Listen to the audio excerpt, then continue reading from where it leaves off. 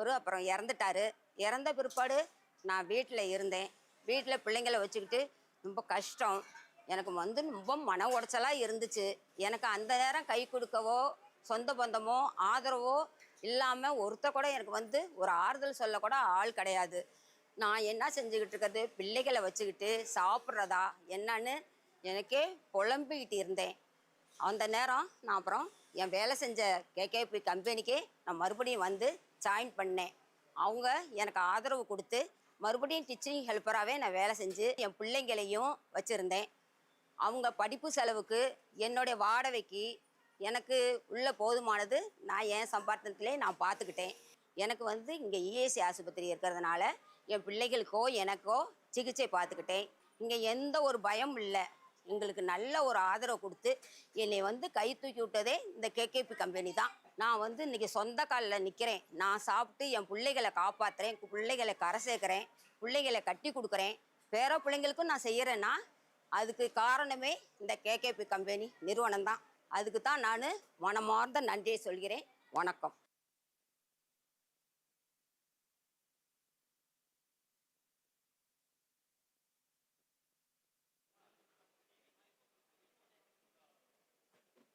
I request all the delegates sitting at the back to please come forward and occupy the round tables in the front.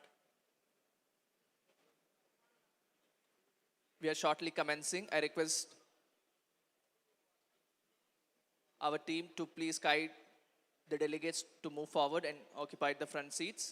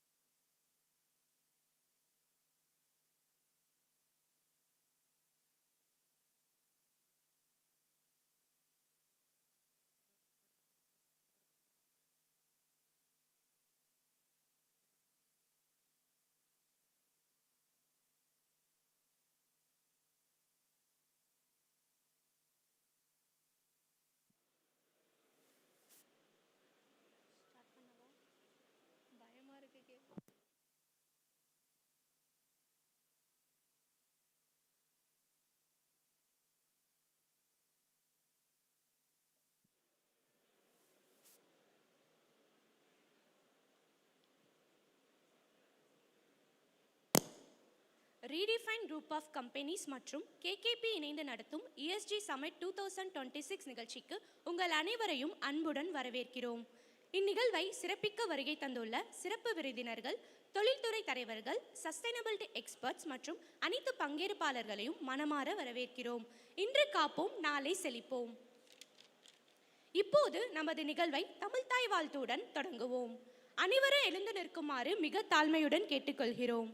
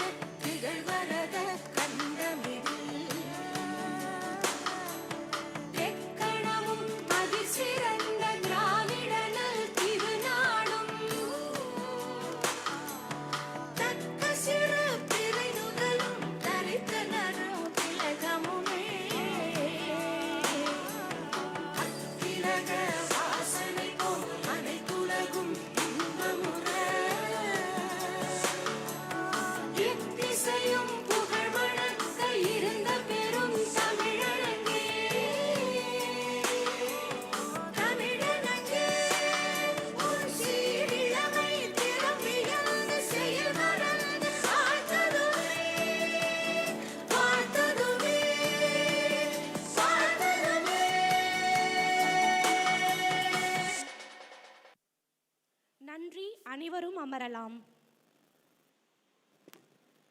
இப்போது இந்நிகழ்வின் மங்களகரமான தொடக்கமாக குத்துவிளக்கு ஏற்றும் நிகழ்விற்கு செல்லலாம். குத்துவிளக்கு என்பது ஒளி, நம்பிக்கை மற்றும் நல்ல தொடக்கத்தின் அடையாளமாகும்.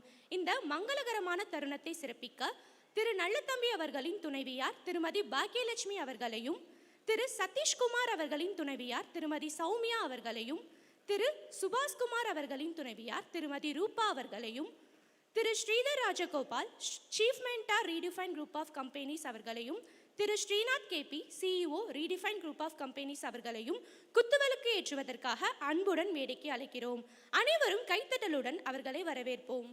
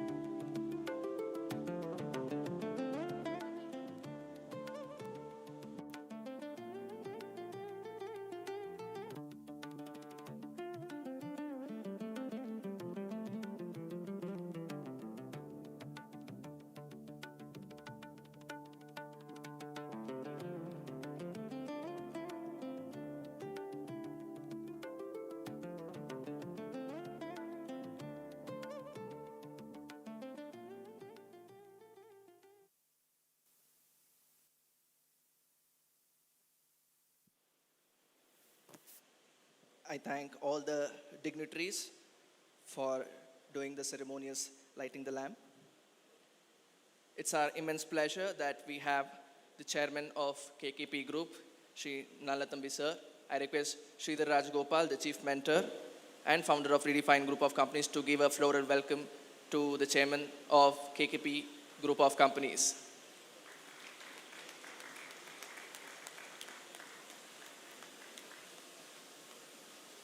Can we have a big round of applause, ladies and gentlemen?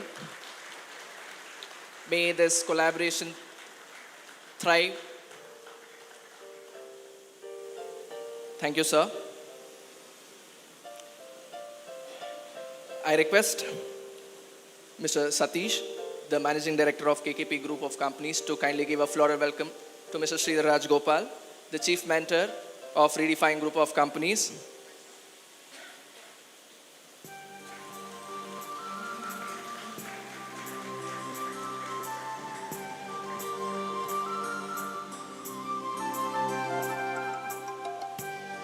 Thank you, sir. I request Mr. Srinath, CEO for Redefine Group of Companies, to present a floral welcome to our invited guest, Mr. Vinay Saxena, who is with us.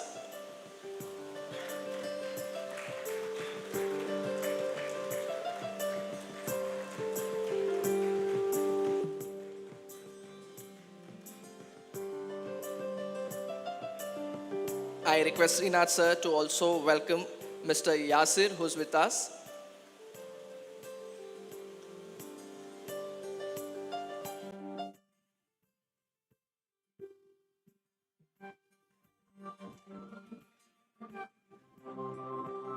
Thank you. I request Mr. Satish to welcome Mr. Sri Rangarajan, our one more invited guest who's with us.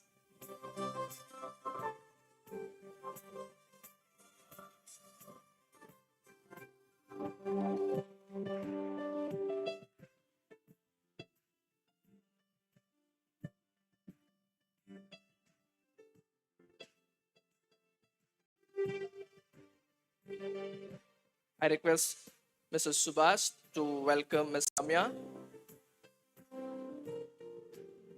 Ms. Ramya will be joining us very shortly.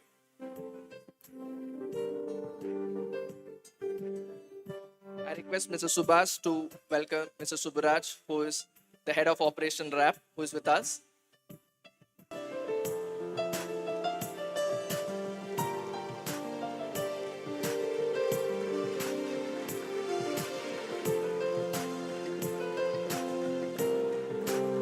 Thank you all.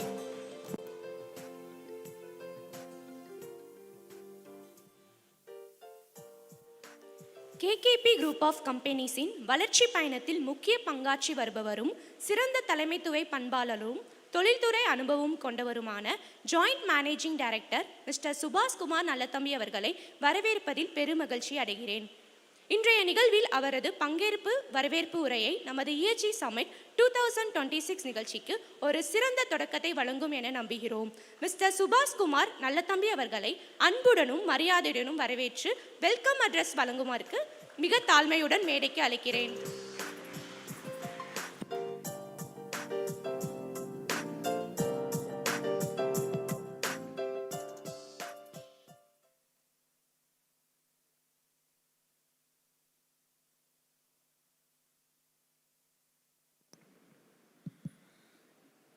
அனைவருக்கும் இனிய வணக்கம். Namakkal coastal residency redefine group மற்றும் KKP group இணைந்து நடத்தும் KKP ESG submit நிகழ்ச்சிக்கு உங்கள் அனைவரையும் அன்புடன் வரவேற்கிறேன். இன்று ESG என்வைரன்மெண்டல் சோஷியல் கவர்னன்ஸ் என்பது நிறுவனங்களின் வளர்ச்சிக்கு மிக முக்கியமான பதிவு. சுற்றுச்சூழல் பாதுகாப்பு, சமூகத்தின் வளர்ச்சிக்கு பங்களிப்பது, நல்ல நிர்வாகத்தை உறுதி செய்வது, இவை அனைத்தும் ஒன்றாக எடுத்து செல்வது தான் ESGயின் நோக்கம். இந்த வகையில் ESG குறித்து நல்ல சிந்தனைகள், அனுபவங்கள் மற்றும் சிறந்த நடைமுறைகளை பகிர்ந்து கொள்வதற்கு ஒரு நல்ல தளமாக இந்த சம்மிட் அமையும். இன்றைய நிகழ்ச்சியில் பல்வேறு இடங்களிலிருந்து நேரம் ஒதுக்கி வந்துள்ள சிறப்பு விருந்தினர்கள், ஸ்டேக் ஹோல்டர்ஸ், டெலிகேட்ஸ் மற்றும் நண்பர்கள் அனைவருக்கும் கேகேபி குரூப் மற்றும் ரீடிஃபைன் குரூப் சார்பாக அன்புடன் வரவேற்கிறேன். இந்த கேகேபி இஎஸ்ஜி சம்மிட் ஒரு நிகழ்வான் மட்டுமில்லாமல் இஎஸ்ஜி குறித்து நல்ல சிந்தனைகள், அனுபவங்களையும் சிறந்த நடைமுறைகளையும் பகிர்ந்து கொள்ளும் ஒரு தொடக்கமாக தொடர்ந்து பயணிக்கும் ஒரு முயற்சியாகவும் அமைய வேண்டும் என்பதை எங்களுடைய விருப்பம். இன்று நடைபெற உள்ள செக்ஷன் மூலம் பல்வேறு முக்கிய கருத்துக்களையும் தகவல்களையும் நாம் கேட்டு பகிர்ந்து கற்றுக்கொள்ள இருக்கிறோம். எனவே இந்த நிகழ்ச்சியில் அனைவரும் முழுமையாக கலந்து கொண்டு உங்கள் அனுபவங்களையும் கருத்துக்களையும் பகிர்ந்து கொள்ளுமாறு அன்புடன் கேட்டுக்கொள்கிறோம். மீண்டும் ஒரு முறை இந்த நிகழ்ச்சிக்கு வருகை தந்துள்ள அனைவரையும் எங்களது அன்பான வரவேற்பையும் மனமார்ந்த நன்றியையும் தெரிவித்துக் கொள்கிறேன். நன்றி, வணக்கம்.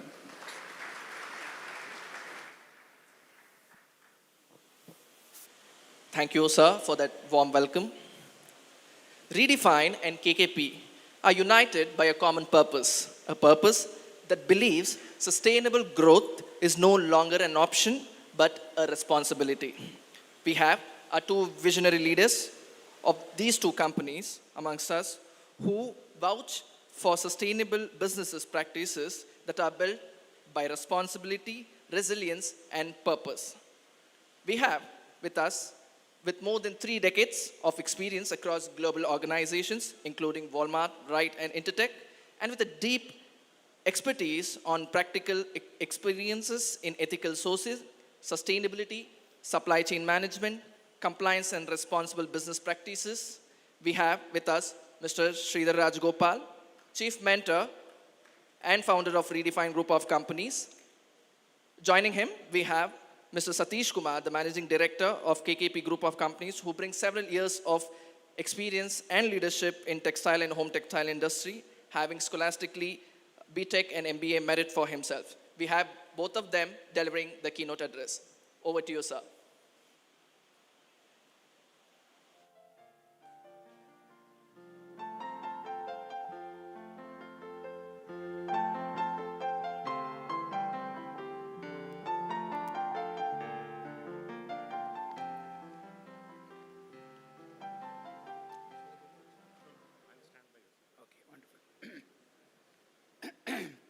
Thank you, Kiran and Snehaji, for the wonderful welcome. Namaskaram, Vanakkam, and a very warm welcome and a wonderful evening to all of you. First of all, it gives us, Satishji and I, a lot of pleasure, and also it sets on us a lot of responsibility to share with you an appropriate keynote address for this important but very, very easily doable program on the subject of ESG. Now you must be wondering why I said easily doable. Liya sadharanama vandu people will complicate things. They will give so many definitions for the subject which many people don't understand, and so on and so forth. The reason why I use the word ESG is easy is primarily because இதெல்லாம் வந்து our Upanishads and our Vedic scripts have already been referring to all this. நம்ம வந்து for various reasons we never followed the Upanishads. Our ancestors did. We never spent time in understanding the Upanishads. We never spent time in understanding what our Vedic scriptures mentioned. The interesting thing is, the Ishavasya Upanishad has very beautifully categorized the subject of ESG. அதில் வந்து ரொம்ப பியூட்டிஃபுல்லாக ரொம்ப ஒரு அருமையாக வந்து it is defined that the subject of environmentங்கிறது வந்து it is not something that we have to do specially. நம்ம வந்து அதுக்கு தகுந்தாப்பில் environmentக்கு தகுந்தாப்பில் we have to live. So we have to live a life of environmental alignment. That's exactly what it said. And these Upanishads, we don't know when they were written, 3,000, 5,000, 7,000, we don't know how many years back. Same thing with the subject of social. ESG ன்னு எடுத்துட்டோம்னா environmental, social and governance models. Social எடுத்துட்டோம்னாக்க, see, them days, the society was much more united. People cared about each other. Even though there were communities and there were pockets and so on and so forth, but there was a lot of harmony in the way things happened within the society. Primarily, human beings were more ethical. But unfortunately, we never followed those guidelines and practices. And the same thing with governance also. See, governance ingiradhu ennanga, how does a company run? Whoever is owning the company, அவங்களோட thought process எப்படி இருக்கு? How are they committed to the subject of running their business well? அவ்வளோதான் கவர்னன்ஸுங்கிறது. But நம்ம வந்து we don't understand. நம்ம இதெல்லாம் வந்து புரிஞ்சுக்காம we wait for the Western world to come and tell us ESG பண்ணுங்கோ, compliance பண்ணுங்கோ அப்படின்ட்டு. Anyway, there's no point in our complaining about it. Let us at least wake up today and let us with a lot of pride, நமக்குள்ளே ஒரு கர்வம் இருக்கணும். இதெல்லாம் வந்து நமக்கு it's all a பொக்கிஷம் which has been handed over by our forefathers. So நம்ம வந்து how do we apply all these concepts? சரி, for all practical purposes westerners தான் நமக்கு சொல்லி கொடுத்தான்னு வச்சுக்கோங்களேன், it's okay, no problem. But at least let us start imbibing those practices. See, the whole concept of all these concepts or all these subjects, they stem from a very fundamental principle that an individual or a company has to be responsible. We should take responsibility for what is happening around us. வெறும் நம்ம வந்து profit மாத்திரம் பார்த்தா போகாது, நம்ம வந்து ரெஸ்பான்சிபிலிட்டியும் எடுத்துக்கணும். Unfortunately என்ன ஆயிடுச்சு, இந்த லாஸ்ட் 20 இயர்ஸில் இந்த ஒரு யாரோ வந்து கார்ப்பரேட் சோஷியல் ரெஸ்பான்சிபிலிட்டின்னு கண்டுபிடிச்சிட்டாங்க. இப்போ எல்லாருமே வந்து அது கார்ப்பரேட் சோஷியல் ரெஸ்பான்சிபிலிட்டினா வெறும் நல்ல பிக்சர் எடுத்து அதை பேப்பரில் போடுறதோ இல்லை டிவியில் போடுறதோ இல்லை அஃப்கோர்ஸ் நவடே சோஷியல் மீடியாவில் போடுறதோ அப்படி ஆகிடுது. That's not what it is all about. நம்ம வந்து as responsible professionals, we are all professionals. இந்த ரூமில் இருக்கிறவா எல்லாருமே 150 பேர் 200 பேர், we are all professionals. How are we doing our business? How are we living as citizens of this beautiful country? That is exactly what CSR is, that is exactly what ESG is. So அந்த ஒரு thought ப்ராசஸை வந்து I think we have to revive or we have to bring it back into practice. Now coming to the subject of ESGங்கிறது வந்து நிறைய பேர் வந்து சஸ்டைனபிலிட்டியும் ESGயும் confuse பண்ணிக்கிறோம். ரெண்டுமே வேறு விஷயம் ஆக்சுவலி. ஃப்ராங்க்லி ஸ்பீக்கிங், சஸ்டைனபிலிட்டிங்கிறது வந்து நம்ம இன்னைக்கு are we responsible so that our future generations are taken care of அப்படிங்கிறது சஸ்டைனபிலிட்டி. இப்போ ஃபார் எக்ஸாம்பிள் நம்ம வந்து ஃப்யூச்சர் ஜெனரேஷன் பற்றி நம்ம யோசிக்கிறோன்னா அட் தி மோஸ்ட் நம்ம என்ன யோசிக்கிறோம், நம்ம குழந்தைக்கு வீடு இருக்கா, இல்லை ஜுவல்ஸ் வாங்கி வச்சுருக்கேனா, இல்லை இந்த மாதிரி ஒரு பெரிய வழக்கு வாங்கி வச்சுருக்கேனா, அப்படி தான் யோசனை பண்ணுறோம் நம்ம. But we don't think about energy or water or the planet. We don't think about it. So coming back to the difference between sustainability and ESG, சஸ்டைனபிலிட்டிங்கிறது வந்து நம்ம ஃப்யூச்சருக்கு நம்ம வந்து எந்த மாதிரி ஒரு வேர்ல்டை நம்ம விட்டுட்டு போகிறோங்கிறது சப்ஜெக்ட் இஸ் சஸ்டைனபிலிட்டி. அது எப்படி பண்ண போகிறோம், how are we going to achieve that அப்படிங்கிறதுல ESGங்கிறது ஒரு எலிமெண்ட், அவ்வளோதான் இது. And frankly ESG is not a new subject. Concept of ESG வந்து 1973லேயே யூஎஸில் ஒரு கம்பெனியில் ஒரு டைல், இந்த ஃப்ளோர் டைல்ஸ் பண்ணுற company, they said we should be responsible. He first came out with the concept of zero carbon tiles 73ல. அதுக்கப்புறம் பார்த்தீங்கன்னா நான் வந்து 2004லேருந்து I am working on the subject of ESG. அப்போது ஐ வாஸ் இன் வால்மார்ட். அப்போ தான் Walmart was the first company to introduce a structured method of the subject of ESG. So அப்போலேருந்து நம்ம பார்த்தோம்னாக்கா ஆக்சுவலி ப்ரோக்ரெஸ்ஸுங்கிறது ரொம்ப கம்மியாக தான் இருக்குது. பட் ஒரு ஹைப், ஒரு கன்ஃபியூஷன், ஒரு ஒரு ஒரு blowing it out of proportions, அதுதான் நிறைய ஆயிருக்கே தவிர கம்பெனிஸ் வந்து இந்த சப்ஜெக்டை வந்து நம்ம எப்படி யூஸ் பண்ண போகிறோம், எப்படி நம்ம அப்ளை பண்ண போகிறோங்கிறது not many companies are seriously looking about it. Unfortunately export oriented units எல்லாம் வந்து நம்ம பையர் சொன்னால் தான் பண்ணுறோம். நம்ம ஒரு ஃபயர் எக்ஸ்டிங்விஷரை ரீஃபில் பண்ணணும்னா நம்ம வந்து பயர் இல்லை ரேப்லேருந்து ஆடிட்டர் வந்து சொன்னால் தான் பண்ணுறோம், which is not a right thing to do. So the whole subject of இஎஸ்ஜிங்கிறது வந்து it is basically nothing but a series of risk management tools. இப்போ நம்ம வந்து ஒரு நல்ல இஎஸ்ஜி ப்ரோக்ராம் பண்ணணும்னு வச்சுக்கோங்களேன், you can reduce market access risks. Market access ரிஸ்க்ஸ்னாக்க நமக்கு பையர்ஸ் நம்ம கூட வந்து வேலை செய்யணுன்னாக்க we should have some good program in place, otherwise they will not come. Second பார்த்தீங்கன்னா ஆக்சஸ் டு கேபிட்டல். இப்போல்லாம் வந்து நீங்கள் பேங்க்கில் loan கேட்டிங்கன்னாக்கா they will start asking you for ESG report. It is already started. Now, the last 13-14 years, see, we work with companies around the world. We work in 9 countries. எல்லா இடத்துலையுமே வந்து when companies have to go to the bank, பேங்க்கில் கேட்குறான் financial report இருக்கா, very good, ESG report இருக்கா, அதையும் கொடுங்கன்னு கேட்குறான். So if you have a good ESG program in place, your access to capital is also easy. Next வந்து of course compliance and regulation, அது வந்து that's a given. Operational risk, நம்ம வந்து நம்ம ஃபேக்ட்ரியோ இல்லை பிஸ்னஸையோ நம்ம வந்து சக்ஸஸ்ஃபுல்லாக ஒரு ஒரு ப்ரொடக்டிவாக எஃபிஷியண்ட்டாக எஃபெக்டிவாக நடத்தணுன்னாக்க வி நீட் இஎஸ்ஜி. கண்டிப்பாக இது வந்து நீங்கள் பையர் சொல்லி தான் நாங்கள் பண்ணுறோன்னு பண்ணுறது it's not a good idea. But I think we should take it upon ourselves to run some good programs on ESG. I have a lot of things to say about this subject, but I will not bore you with all that. But my only request is, please wake up. Not just as companies and businesses, but as responsible citizens. நம்ம வந்து இப்போ நம்ம முழிச்சுக்கலைனாக்கா it will be too late.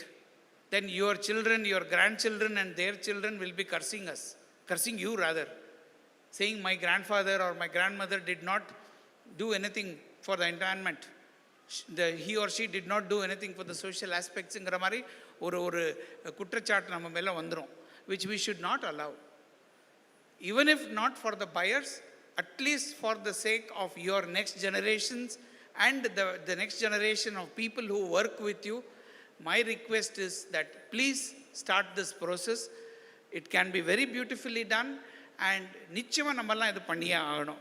I think with that I will stop, and because Satish ji also has to share his keynote address with me. Over to you, Satish ji.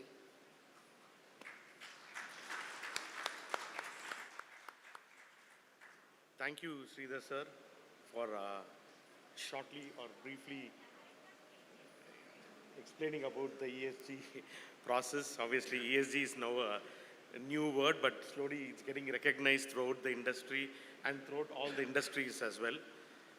So why KKP has decided to take the ESG path in the early stage, that's what I wanted to brief all of you about today. The past 20 years of export business, as Mr. Sridhar was saying, it was always about compliances, social audits, and all of you know, so forth and so on.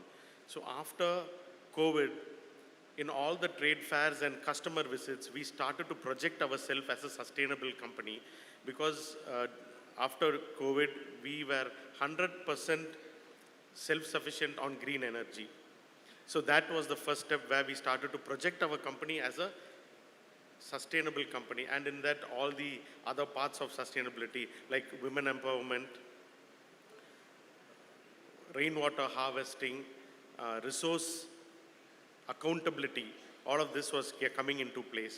So this is where after a few years, when a lot of customers started to recognize that we are focusing on these areas continuously, then we had a few customers who advised us that get into a more accountable platform. So we are declaring so many aspects of the business where we are using sustainable fibers to sustainable practices and so forth and so on. So we were advised to take a accountable path. So in future, we will be ready for the digital passport also. So then that made us think, so how do we take this and how do we implement this in our company? So we then tied up with Redefine to help us walk through the process of ESG. They came and gave an awareness program throughout the company. And then as a team, we decided that we will go ahead with the process. Going ahead with ESG, yes, it is a time-consuming process, and it also has some investments to be done, because It's to bring everything on a digital platform which would be accountable and auditable for the future.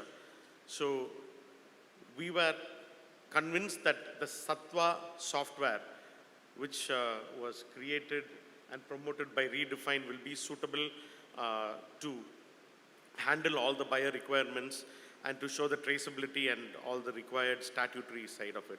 So then we had the Sattva software come into place, and slowly we started to digitalize all our resources to the Sattva platform, and then we were able to realize the kind of waste we are generating, the kind of trend in production realization, and all the resource usages, which was being more transparent, and it was viewed throughout our stakeholders in the factories, from the management.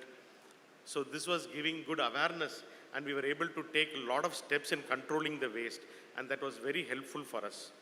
So this is one example of what we can say we have done or we have achieved through ESG process for our own company, rather than to say for the customer or for the promotion of my export products.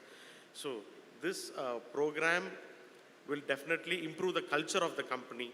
Through this, they have trained many champions in our company for various processes, from waste management to disposal of waste, to culture management, better communication exchange, and all the aspects of the 16 ESG goals has been trained very well by them, and they have created champions. So it again becomes sustainable. It doesn't break off after 3 months or 4 months. We all know that in every organization we do training, but the training has to be sustainable. It has to go on for ages, or for at least a longer period of time rather than a shorter period of time. So those champions are now again and again training the people, and especially in our textile industry, there's a lot of turnaround of people. We don't have people who work on the very long term in the machine operator side.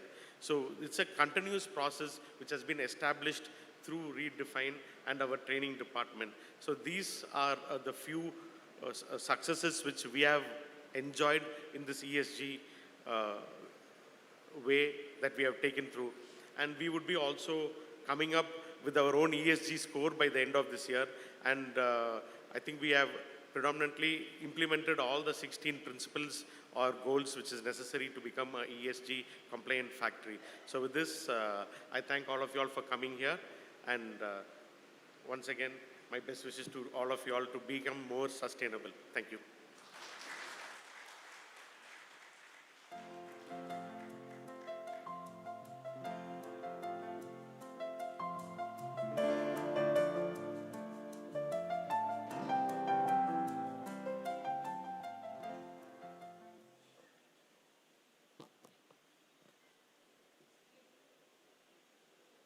I thank both the leaderships for sharing their thoughts.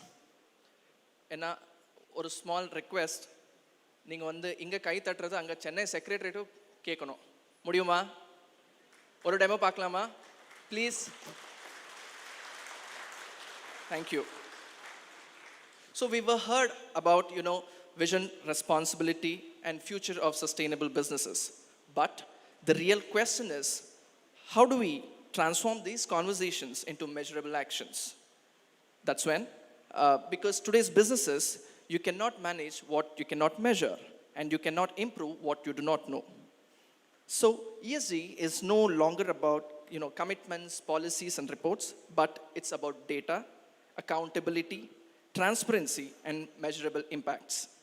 This is where technology becomes a powerful enabler, because the future of ESG is not about what you have done in the past, but about using the intelligence to decide what you should do next. Ladies and gentlemen, presenting to you Sattva, a comprehensive ESG SaaS product developed by Redefine Information Technologies, which has won 3 international awards for its merit. Can we have a big hand for that? Today, Sattva is working across industries in 9 countries. Sattva is recognized as the Tech for Good by Sustainable Next, Great Indian ESG SaaS Platform by Clean Tech Summit 2025, Champion of the Year by Sustainable Next. We have Mr. Harun Haridas, who is the Sustainable Lead of Redefine Group, who will be taking us through the demo of Satwa how it helps and organizes, irrespective of the industries or the line of businesses it does, where how all the business activities can be converted into measurable impacts. Over to Harun.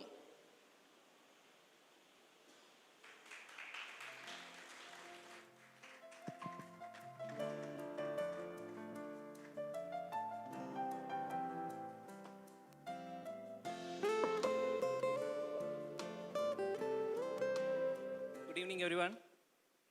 Thank you, Kiran, for the great welcome.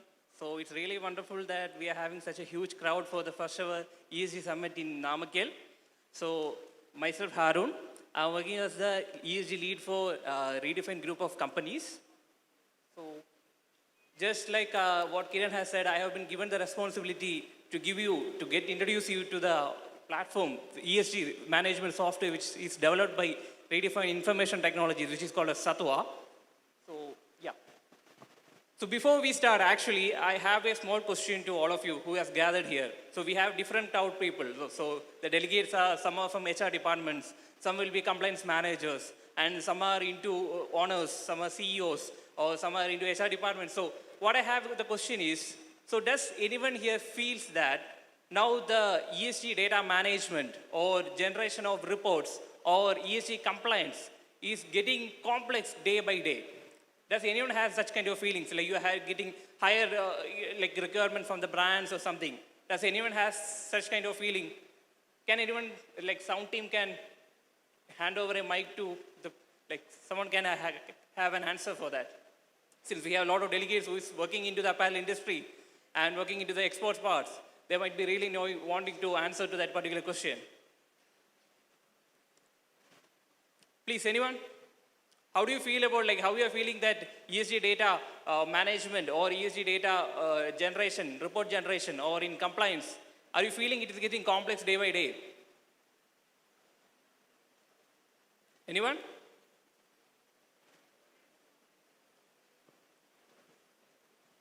Okay, so I will answer to that. Yeah, I think someone want to say? Okay, fine. So I will just answer to that particular question. So before that, I would like you to lead to one of the few challenges that is being globally recognized. So as you can see in this slide, we have actually major four challenges which is being faced by the global ESG leaders. So in the first one, you can see that globally now there has been a 155% increase in the ESG regulations. So you might be doing that day by day. EU has been bringing up new regulations like CSRD, CSDD, then DPP. So like that, keep on increasing with the regulations. So if you look into the data, now it's around like 155% increase in the data requirement for the past decade. And if you look at, hello, yeah. And if you look into the another statistics, it's stating that around 92% of the sustainability practitioners are actually wasting 10 to 20 hours weekly in terms of their manual input for the ESG data management. Also, like it's expected that around 22% is lesser likely to get renewed of their contracts annually if they are having social or environmental compliance risk if they are facing in their companies. So what actually these statistics is showing that whenever if you are having these kind of such as challenges, this will lead to costly penalties. Like for example, if you look into the global terms, like if you are exporting into EU market, like there is something which you have came to know about is the CBAM. So which is actually means if you are exporting into the global market of EU, you have to get compared with the carbon. For example, certain industries are there, high emitting industry like cement, iron or something, they have some benchmark values. So if at all your carbon emission, like your scope 1 or scope 2 is exceeding their benchmark values, you have to pay the penalties, carbon penalties. So which is to be started from, actually in case from 2027 onwards. So like that, such kind of penalties will be imposed to you in the future if you are not actually getting compiled with the ESG requirements. Similar way, you will also get lose your credibility, like reputation damage. For example, if you are not getting compiled with these ESG requirements, the brands or even your buyers won't be recognizing you regarding your reputation part. So all those will actually finally lead you to lost in revenue. So if you are not getting business from the global like buyers like Europe or America or somewhere, the amount of business you will be getting lost, and which will finally reduce into the loss of revenue. Okay, so all these challenges you are facing, that's where actually where you require a certain kind of software which you can use for managing all this kind of perspective. Entire management of your ESG, that is the environment, social, and governance. So that's where our software solution, which is developed in-house in Redefined Information Technologies, which is called as Satwa, comes into act.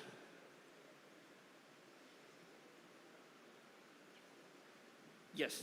So you can see here, Satwa is actually a single comprehensive one-step solution for the different industries. So it can be apparel industry, it can be elevator industry, automobile industry. So it's industry agnostic. So it's a comprehensive tool which is having actually divided into 5 applications. So first application is called as EnviZone.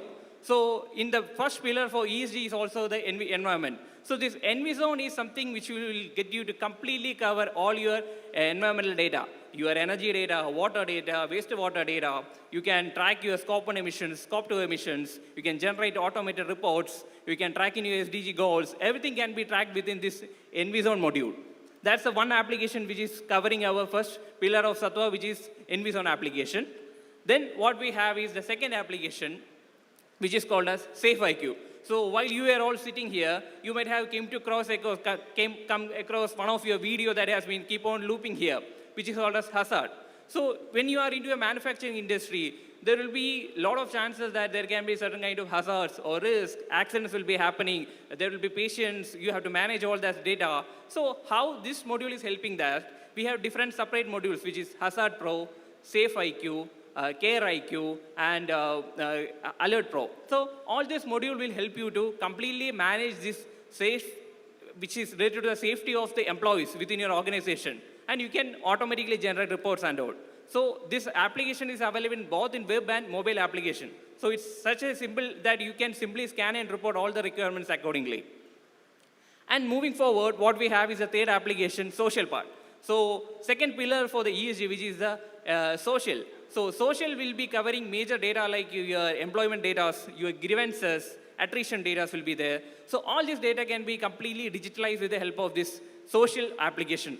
So which is a standalone, have different modules within that, as you can see in this presentation.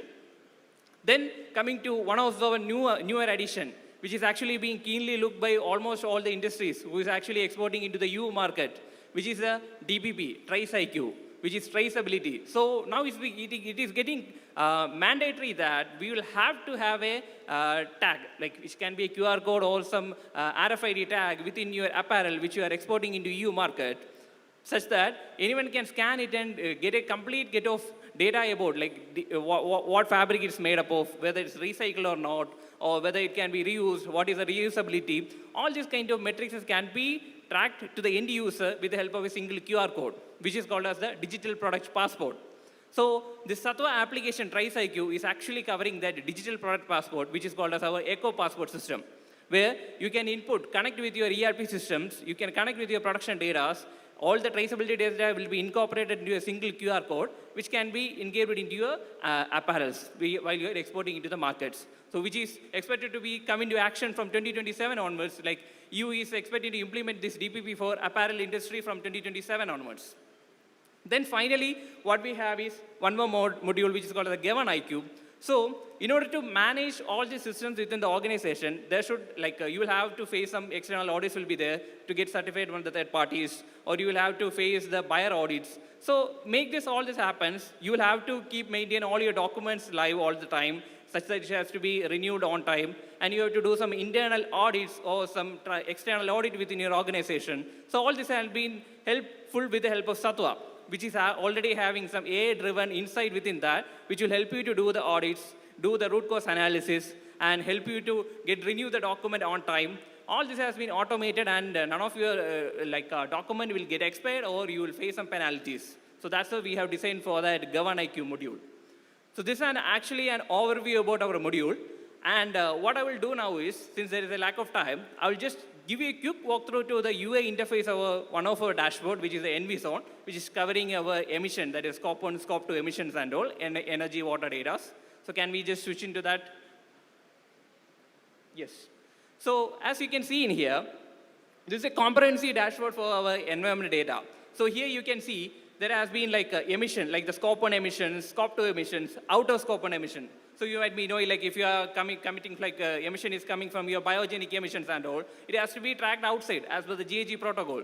So it's kind of a product which you have developed based upon all the available standards. It has been compiled with GHG protocol, ISO 14064, like that it has been incorporated. And if you want to see any detail of any data, you just simply need to click to any of the data. Automatically, the drill down will happen. You can compare with respect to your organization within different departments or within different business units. You can track the performance on a single click. So maybe as a top management or level person, you just need to look into the dashboard and understand how exactly my environmental performance of the company is going on. So you can see there are different metrics like the intensity, say, energy intensity, water intensity, like that. It's a complete comprehensive dashboard. Yeah. I think can we move on to the presentation?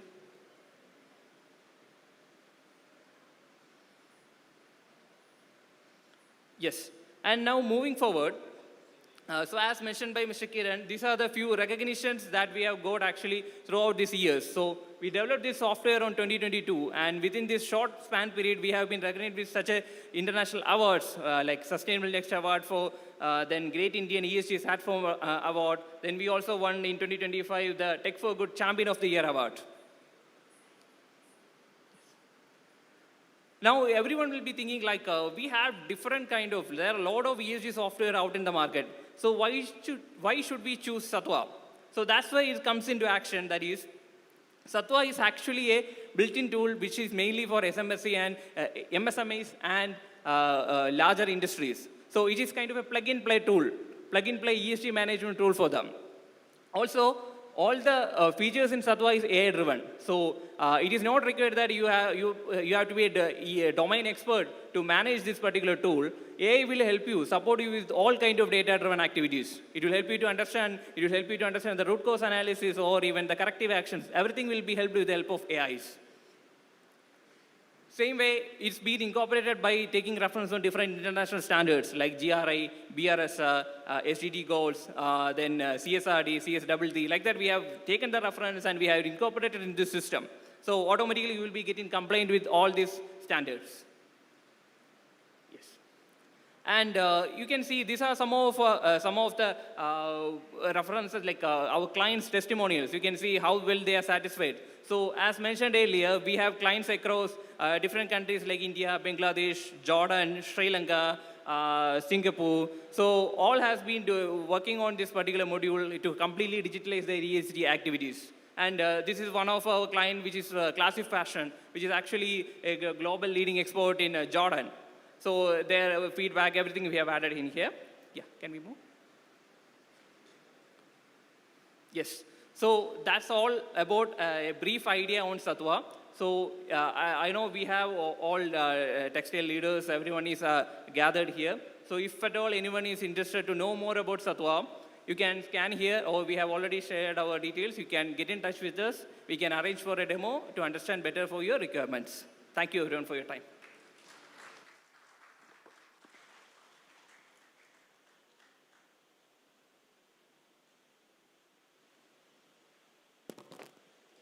Thank you, Harun, for the wonderful presentation. அடுத்ததாக KKBயின் sustainability journey குறித்து அறிந்து கொள்ளும் நேரம். KKBயின் நிலைத்த தன்மை சார்ந்த முயற்சிகளையும் ideas into ஆக்ஷனாக மாறிய இந்த பயணத்தையும் நம்முடன் பகிர்ந்து கொள்வதற்காக mister Senbaga Murugan, chief marketing officer, KKB group of companies, மற்றும் இந்த இன்ஸ்பைரிங் ஜேர்னியை நம்முடன் தொடர்ந்து பகிர்ந்து கொள்வதற்கு mister Annamalai Kanagaraj, vice president, KKB group of companies, இவர்கள் இருவரையும் பலத்த கரகோஷத்துடன் மேடைக்கு அழைக்கிறோம்.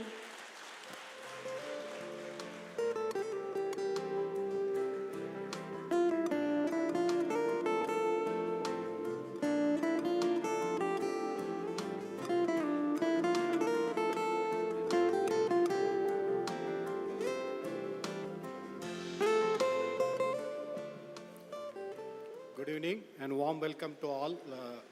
So today we are going to talk about our ESG journey for the last 12 months. So for us, ESG is not about just making about commitments or just preparing the reports.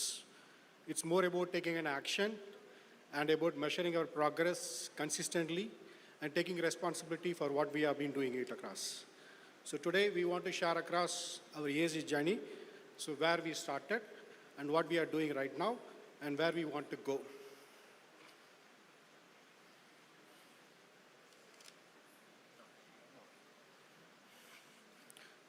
Next.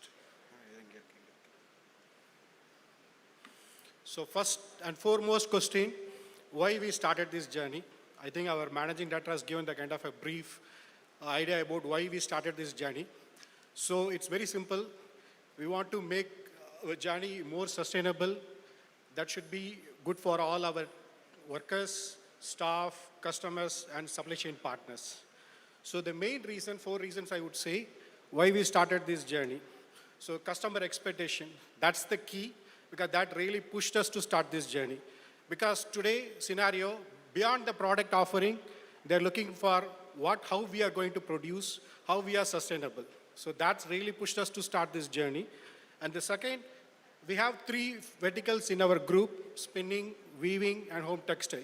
So we want to have a clear, defined approach across all the groups, so that the priorities are defined very properly, so that it can be easily measurable also.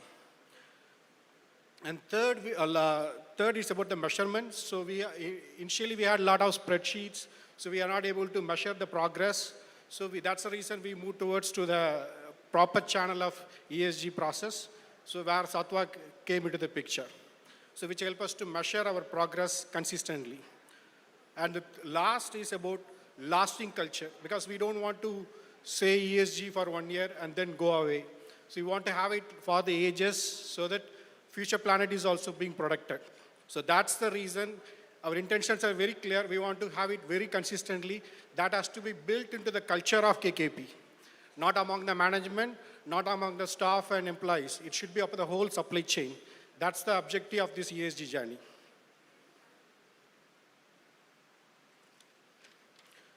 So where we started? So we started with the 4 domains. So environmental, social, governance, and digital readiness. So in the environmental side, we started with the energy, waste, water, and climate-related areas. On the social side, we started with looking into the people, safety, training, well-being, and employee engagement. And the governance, it's more about compliance, accountability, and risk and monitoring. And then comes the digital readiness. Without digital readiness, our ESG journey is not purposeful. So that's why we took the support of Satwa. So we started taking all the data, collecting over there, and feeding into the Satwa systems. So that's why we started this ESG journey.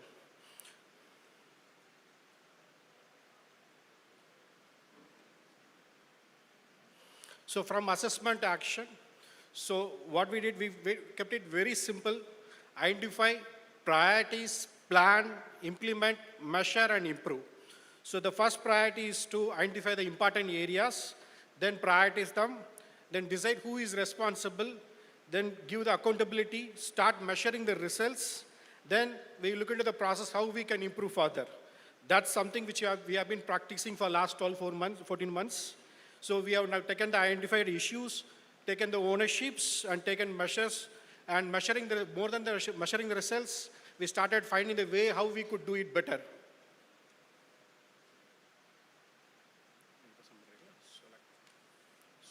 Solar capacity. In our company, our solar capacity is around 25 megawatt. We started gradually, year by year, month by month, we started increasing our solar capacity. Now we got about approximately 25 megawatt in our capacity. Regularly, annually, we are getting about 33,000 mega units. Mega units we are getting around annually. Mega units, 33,000 mega units we are achieving. Solar panels, we are installed solar panels, 50,000 solar panels all around in our company, rooftop, separate places. We installed so much solar panels in our company. So we execute our production in a easier manner, cheaper energy, renewable energy that we are going on. So the clean energy is going to be the future. That's why we have been investing. Before this journey of ESG, we had a vision of investing heavily on the sustainable energy. So that's why the solar came into the picture. So it's already operating and generating about close to 24.8 megawatts of power actually. So comes to the wind. Windmill capacity is around 17 megawatt.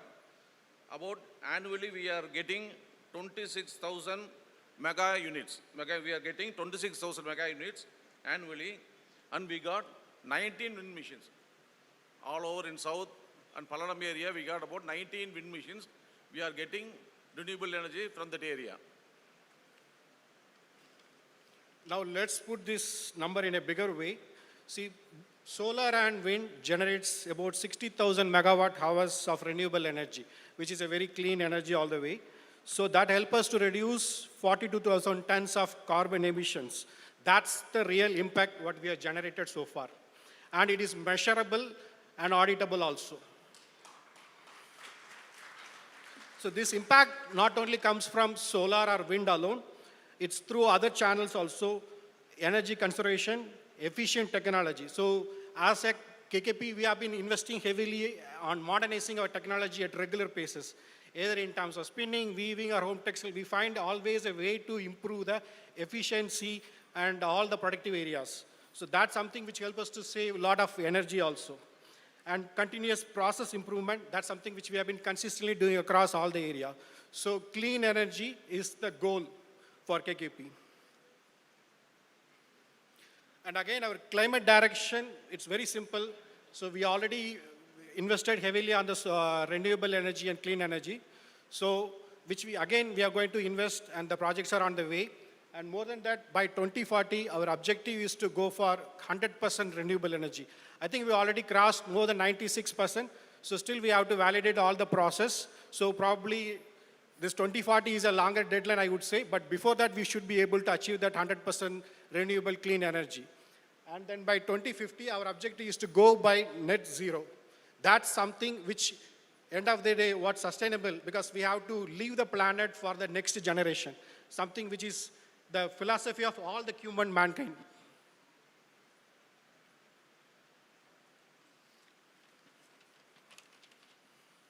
Sustainability is not about energy and technology. More than that, it's about nature and people.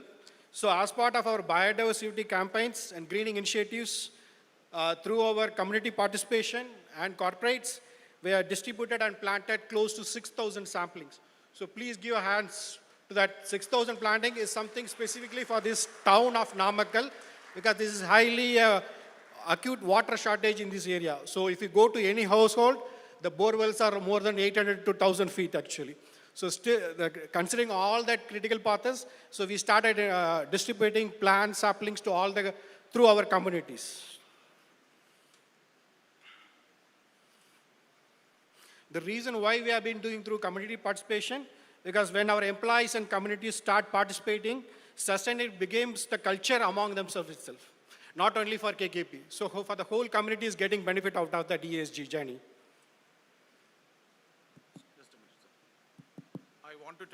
I want to tell you the real story in our mill. Actually, I am a floor man working in the floor. நாங்கள் எப்பயுமே மரக்கட்டு நடுறதுக்கு 2-3 program வந்து redefine வச்சு நடத்தணும். எங்கள் employees ஒர்க்கர்ஸ்லாம் வந்து கூப்பிட்டு ஒரு meeting போட்டோம். என்விரான்மெண்டல் டேக்கு கூட நாங்கள் போன வருஷமும் போட்டோம், இந்த வருஷமும் அந்த என்விரான்மெண்டல் டேவை நம்ம செலிப்ரேட் பண்ணோம். அதுக்கு எங்கள் எம்ப்ளாயீஸ்கிட்ட மரக்கட்டு கொடுக்கும்போது தே ஆர் வெரி ஹாப்பி. அதே மாதிரி அவங்களும் எல்லாம் வந்து நம்மக்கிட்ட இருக்கிற எம்ப்ளாயீஸ் ஃபுல்லாக ரூரல்லேருந்து தான் வராங்க. அர்பன்லேருந்து வரவங்க வெறும் 10% தான். அந்த ரூரல்லேருந்து வரவங்க லேடிஸ் வந்து 80%. லேடிஸ் வந்து 80%.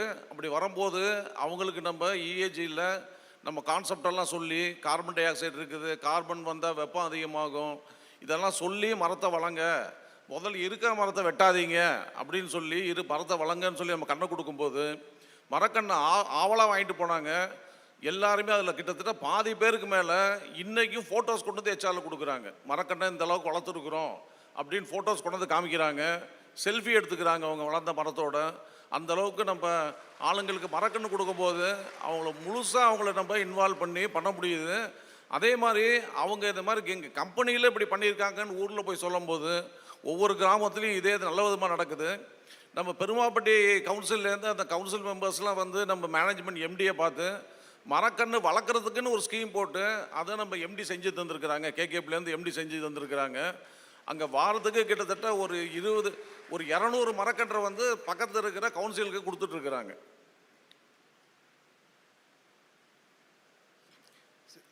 Here comes the water stewardship, which is very core of the ESG, I would say. So every drop counts. That's something which we have been very consciously taken into account. So the policy is very simple. So we started using less, started monitoring the usage, so reuse wherever possible. So through our rainwater harvesting, we have harvested almost close to 5,000 cubic meters of rainwater. And then on top of that, we started using IoT-based technology, so that tracks the water consumption, identify losses, and finding ways to reduce that losses. Then our biogas complements, which is again the best example for the reducing carbon emissions and reuse of wastewater. So we are focusing on water reuse and recycling. So the message from KKP is very simple. Responsible water management must be part of everyday operations, not only for KKP, for everyone, I would say.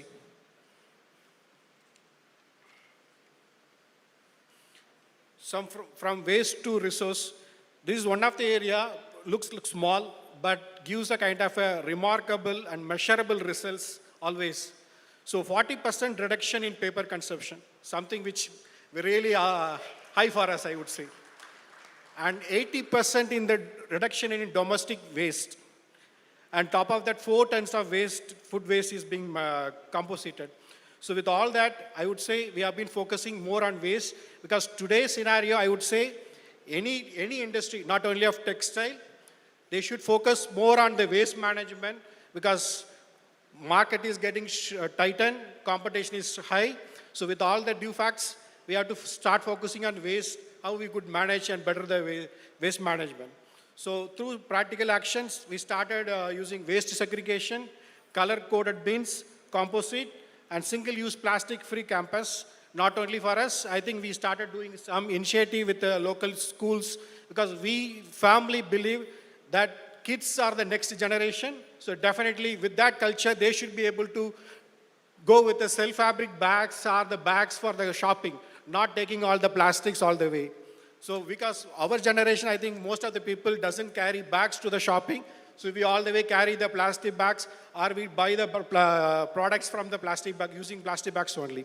So now kids are getting more sensitive towards that bag category. So people have started creating the cultures. So that's a behavior changes what we are seeing across in our communities also. I want to tell you some behavioral changes from our employees. எங்களால் எந்த அளவுக்கு மாற்ற முடியுங்கிறது நாங்கள் உண்மையிலேயே ஆரம்பத்தில் நினைக்கவே இல்லை. ஒரு 1.5 வருஷத்துக்கு முன்னாடி ரீடிஃபைன் மூலமாக இஏஜி ஆரம்பிக்கும் போது நம்ம ஆளுங்க வந்து ஒன்ஸ் யூஸ் பிளாஸ்டிக்கை அதிகமாக யூஸ் பண்ணிட்டு இருந்தாங்க. இந்த மினரல் வாட்டர் பாட்டில் வந்து அது தேஞ்சு உடையிற மட்டும் யூஸ் பண்ணிட்டு இருந்தாங்க. அதே மாதிரி கேரி பேக்கில் ஹாட் டீ வாங்கிட்டு வருவாங்க, சூடாக டீ வாங்கிட்டு வந்து கேரி பேக்கில் வாங்கிட்டு வந்து டம்ளர் ஊற்றி குடிச்சிட்டு இருந்தாங்க.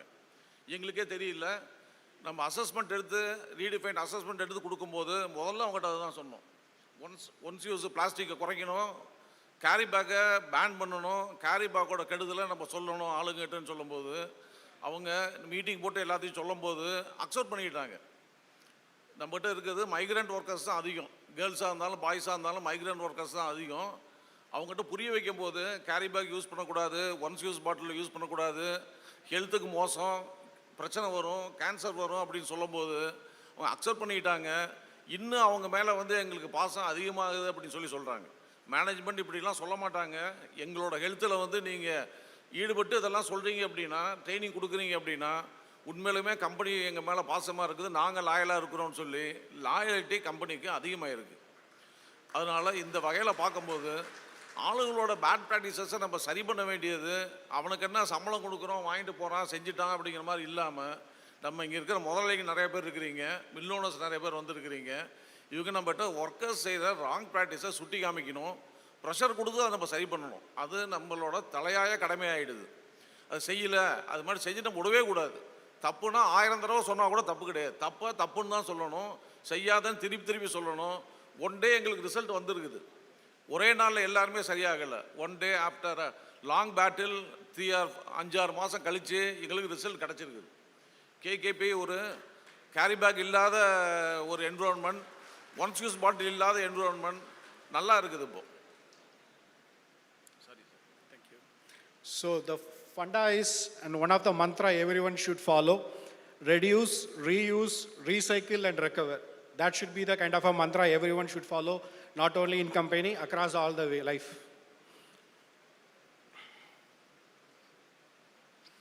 So there comes people and community. So ESG is not about carbon, clean energy and water. It's all about the people. So I'm proud to say that women account 78% of our workforce. So women empowerment is part of KKP. This is not something happened overnight. It has been part of our management vision from the early day of the business to empower women. So that something, a long-term reflection happened today. So when we create opportunities for women, the impact goes beyond the society and one employee. So when women grow, family grow, and when families grow, community grow. That's something which we firmly believe. And I think I'm proud to say we are a women empowerment company all the way, right from directors to the workers, I would say.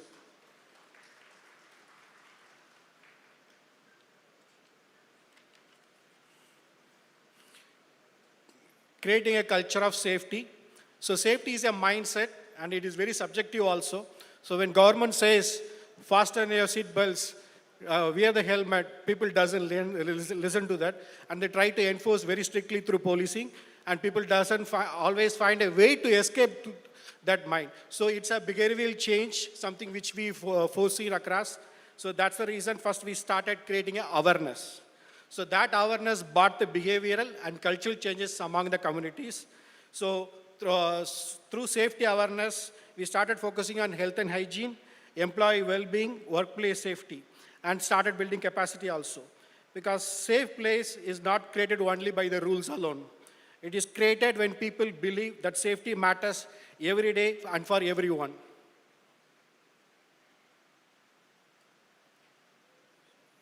ESG again focused on the people development, which we have been consistently doing across in our journey. So through that training exercise, so prevention of sexual harassment training has been given to more than 1,087 people, and grievance redressal mechanism for more than 1,031 people, and capacity building exercise programs carried out for 325 participants. And we have covered almost 90% of our workforce in the wellness screening, something which we proud of, sir. And then program includes training, workshops, seminars, career development, skill development, and capacity building measures. Because our belief is very simple: when people learn, they grow, and when people grow, the organization grows. I want to tell you about the post training. Redefine tutor வந்து கேட்டாங்க, post training எடுக்கணும் அப்படின்னாங்க. அப்போ சொன்னோம், சரி பரவாயில்லைங்க, இந்த girls எல்லாம் கூட்டிகிட்டு போய் ட்ரைனிங் கொடுங்க அப்படின்னோம். அப்போ தான் சொன்னாங்க, பிள்ளைங்களுக்கு கொடுக்குறத விட, லேடிஸ் கொடுக்குறத விட பசங்களுக்கு தான் கொடுக்கணும் முதல்ல இந்த ட்ரைனிங் அப்படின்னாங்க. ரியலி அவங்க சொன்ன கருத்து உண்மையிலுமே இருந்தது. உடனே கூட்டு போய் எல்லாத்துக்கும் ட்ரைனிங் கொடுக்குன்னு சொன்னோம். அவங்களும் ட்ரைனிங் கொடுத்தாங்க.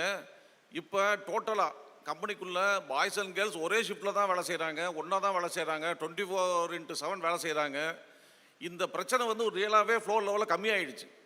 புரிஞ்சுக்கிட்டாங்க எது ஹராஸ்மெண்ட் அப்படிங்கிறது, புரிஞ்சுக்கிட்டாங்க எது செக்ஸுவல் ஹராஸ்மெண்ட், எது சாதா ஹராஸ்மெண்ட்டுங்கிறது, சூப்பர்வைசர்லேருந்து ஹெச்ஓடியிலேருந்து எல்லாமே புரிஞ்சுக்கிட்டாங்க.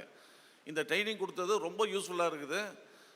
அந்த ட்ரைனிங் கம்பல்சரியாக ஒவ்வொருத்தரும் எடுக்கணும். அப்போ தான் ஒர்க் பிளேஸில் வந்து எதுன்னு தெரியாமல் இருக்கிறவங்களுக்கு ரொம்ப கரெக்டாக எது லைன், எந்த லைன் நம்ம கிராஸ் பண்ணக்கூடாத லைன் அப்படிங்கிறது ஒவ்வொரு மேல் மைக்ரேண்ட்டுக்கும் மேல் ஒர்க்கருக்கும் தெரியணும். ஃபீமேல் ஒர்க்கருக்கும் அதே தான், அவங்களுக்கும் ஒரு லைன் இருக்குது, அதை தாண்டாமல் அவங்க இருக்கணும். அது அவங்க கொடுத்த ட்ரைனிங், ரீடிஃபைனோட டியூட்டர் கொடுத்த ட்ரைனிங் வந்து ரொம்ப யூஸ்ஃபுல்லாக இருந்தது எங்களுக்கு. Please sir. So governance standards, which is part of the ESG. So today we're proud to say KKP meets 8 external benchmark standards that includes SCAN, SEDEX, Higg Index Environmental Model and Social Labor Model, GOTS, OCS, GRS, ISO 9000, and Ocotex Standard 100. On top of that, we are going through Made in Green certification. So hopefully we'll be having our Made in Green certification by October 2026. So the goal is to build our systems and better way of working. So compliance, of course, all the certification requires a compliance. So that's part of the foundation. But continuous improvement is the objective, and that's the goal of KKP. This is something which we are proud to say and share across. This is the external audit happened. So they verified our 2 of the units, spinning and home textile division. So where we have scored 80 and 73%. This is something clinically measurable also and validated by third parties. So digital accountability. So what I said earlier also, earlier we used to have a lot of spreadsheets in place, so where all our ESG data is not able to measurable. And then there's always a lot of disconnections also. So that's why the Satwa came into the picture. So we consolidated all the data and started monitoring the progress data through the Satwa platform, which is really helpful for us to put it across to any of the customer or supply chain partners. And audit and compliance and excellence, which we have been closely monitoring. So as stated earlier, we identified the risk, gaps and opportunities within our operation and our supply chain operations also. Then we started driving the compliance. Then we started assigning the responsibility, started closing the gaps, and finding the way to improve the better improvement progress. So we started focusing towards excellence. To become better every time, we audit ourselves. This is the closing presentation, but this is not the end of our ESG journey. So still long way to go for us. So that's something which we have been consistently doing across. So it's not about sustainability, it's about how we use energy, how we manage water, how we reduce waste, how we protect our people and communities, how we govern our business. So ESG, that's the ESG for the KKP. So from commitment to action, and from action to measurable impact, and then from measurable impact to more sustainable future. Thank you. Thank you. மதிப்புமிக்க இருவருக்கும் மிக்க நன்றி. இப்போது KKP Group of Companies எம்ப்ளாயீஸின் எழுச்சிமிக்க காணொளிகள்.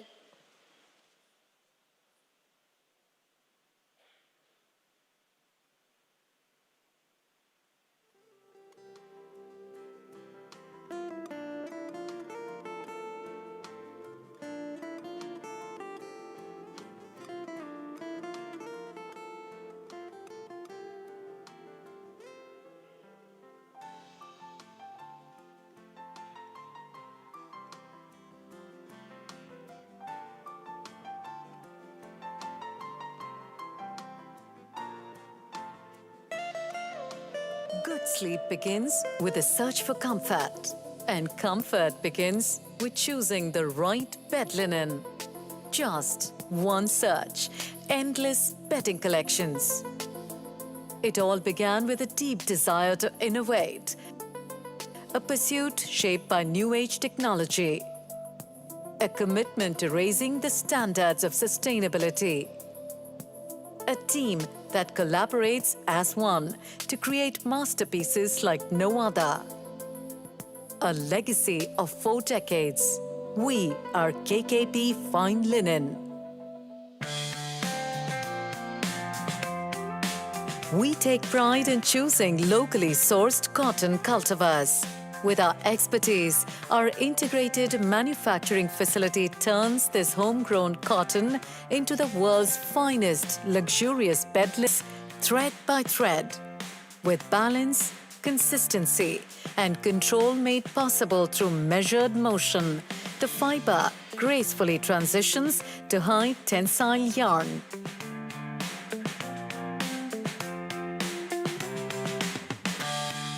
We believe that quality is a habit that is entrenched in every fiber of our existence. Through robust offline and digital monitoring systems, we continuously evaluate and refine our streamlined processes to ensure consistent compliance with global standards. Careful alignment of threads as they are each guided into certain direction, warping is a sight to behold. This creates a framework, an order leading the way for the next process. Our sizing technique blends strength and stability to the yarn, thereby balancing durability and flexibility. With accuracy at its best, the yarn flows smoothly, seamlessly, and uninterrupted. Come, watch the rhythmic humming as the weaving unit brings harmony between the weft and weave. Patterns emerge from this interplay, and the result is a fabric defined by structure and clarity.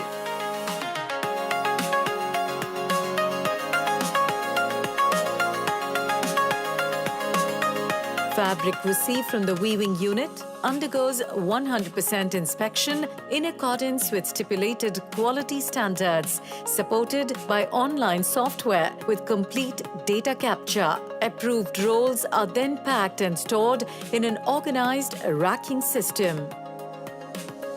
Every product reflects our expertise through cutting-edge technology.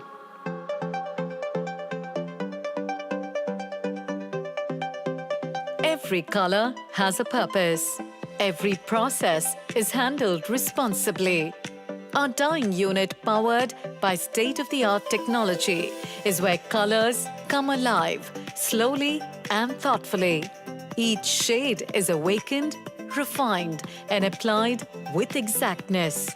Serene whites and layered neutrals, trusted by the hospitality industry, stand alongside a spectrum of hues that entice the retail world.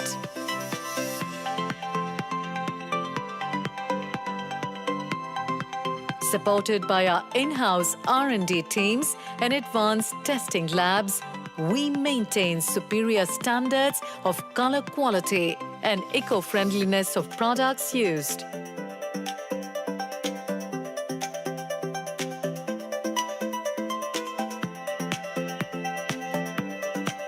Sustainability guides every step at our zero-discharge dyeing unit, safeguarding both the craft and the environment.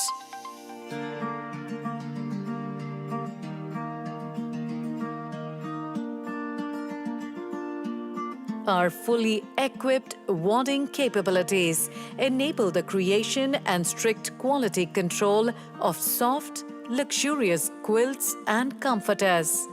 We manufacture wadding using natural and sustainable fibers with carefully engineered blends across a wide range of qualities.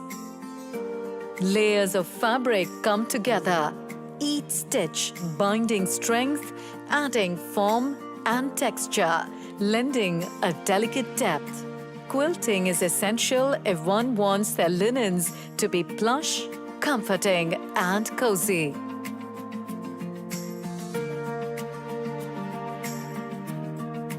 Lending character and grace to these linens are these threads tracing intricate designs. The embroidery unit adds texture, detailing, and subtle artistry, complementing the colors and fabric. Craftsmanship to us is about empowering every employee involved in our process. The fabric that has been processed so far is now ready to take its final form. High precision is at work here, as cutting and sewing both rely on exact specification, and there is no room for errors.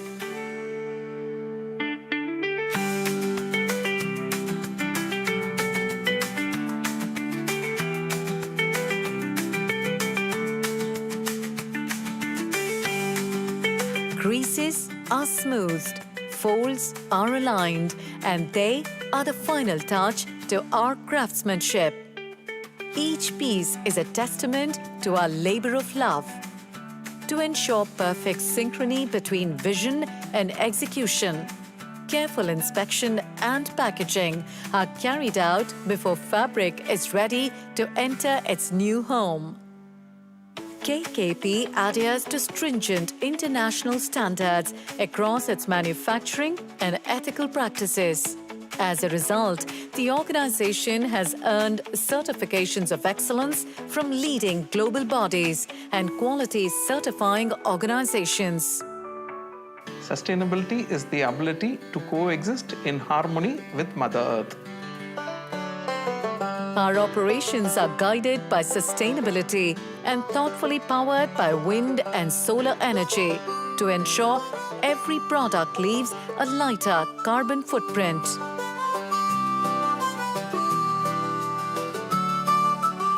Rooted in long-standing values of responsibility, we delve deeper into good practices beyond our workspace to bring greater harmony with nature in our daily life.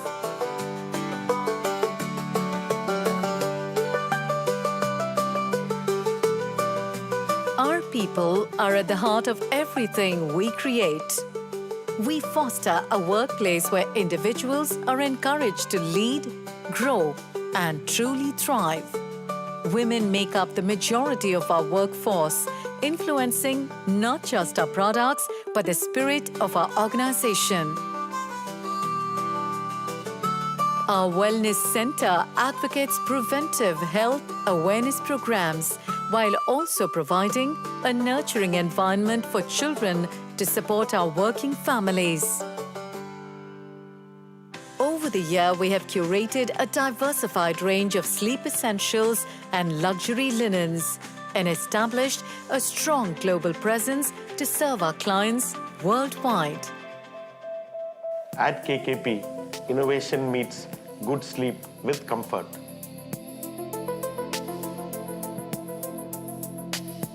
KKP brings every element of sleep together seamlessly. Thoughtfully crafted, globally trusted, we believe in making a difference in the way the world sleeps. KKP Fine Linen, creating impressions globally.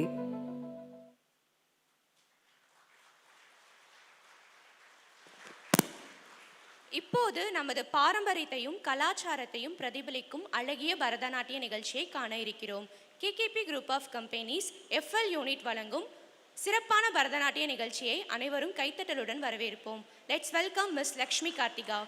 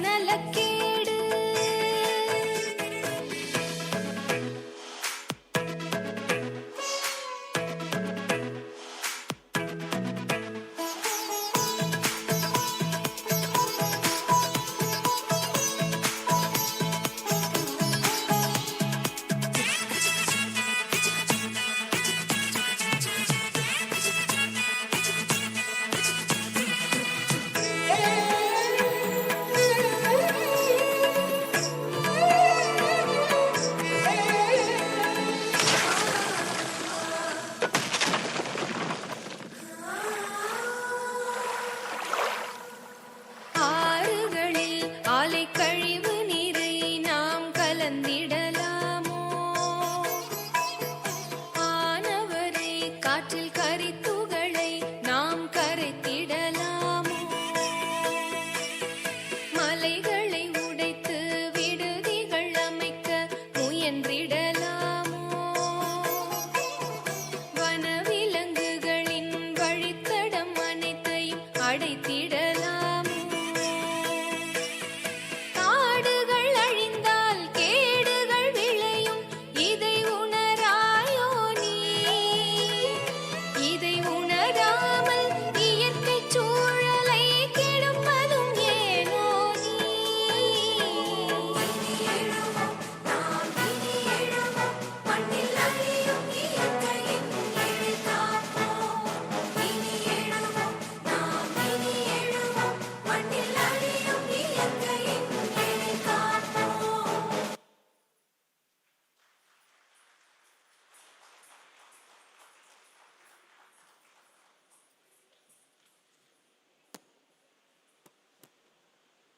Thank you, Lakshmi, for that wonderful performance. We now move on to the main segment of the evening. That's the panel discussions. I request Shri Sridhar Rajgopalji to please come over to the dais. He'll be the prime moderator for the panel. We have very exemplary panelists amongst us. I request Mr. Vinay Saxena, Head of Operation India WRAP, to please join us on the stage. Joining him is Ms. Ramya Kandiyur, Sustainability Transformation Lead, LSA Leadership and Sustainability Consultancy.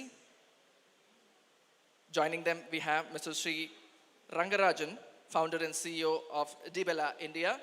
So please do join us. We have Mr. Yasir Sarif, Founder and CEO of Trico Global Traders. So please do join us.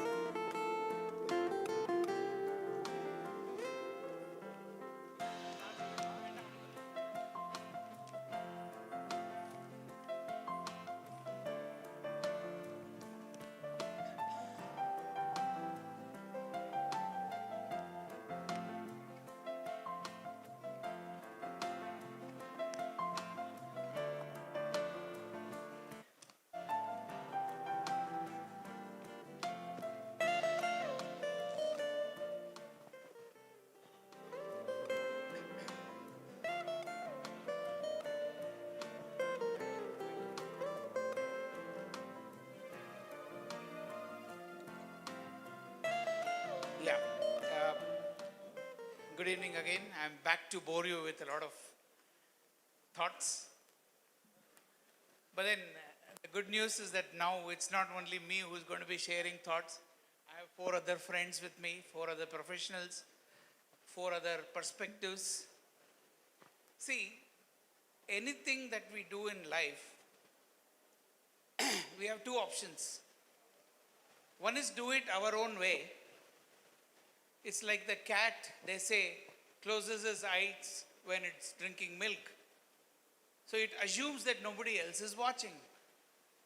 Similarly, businesses have, or any organization, fundamentally any group or any institution around the world has 2 options. One is to just do what it wants to do. And the second option,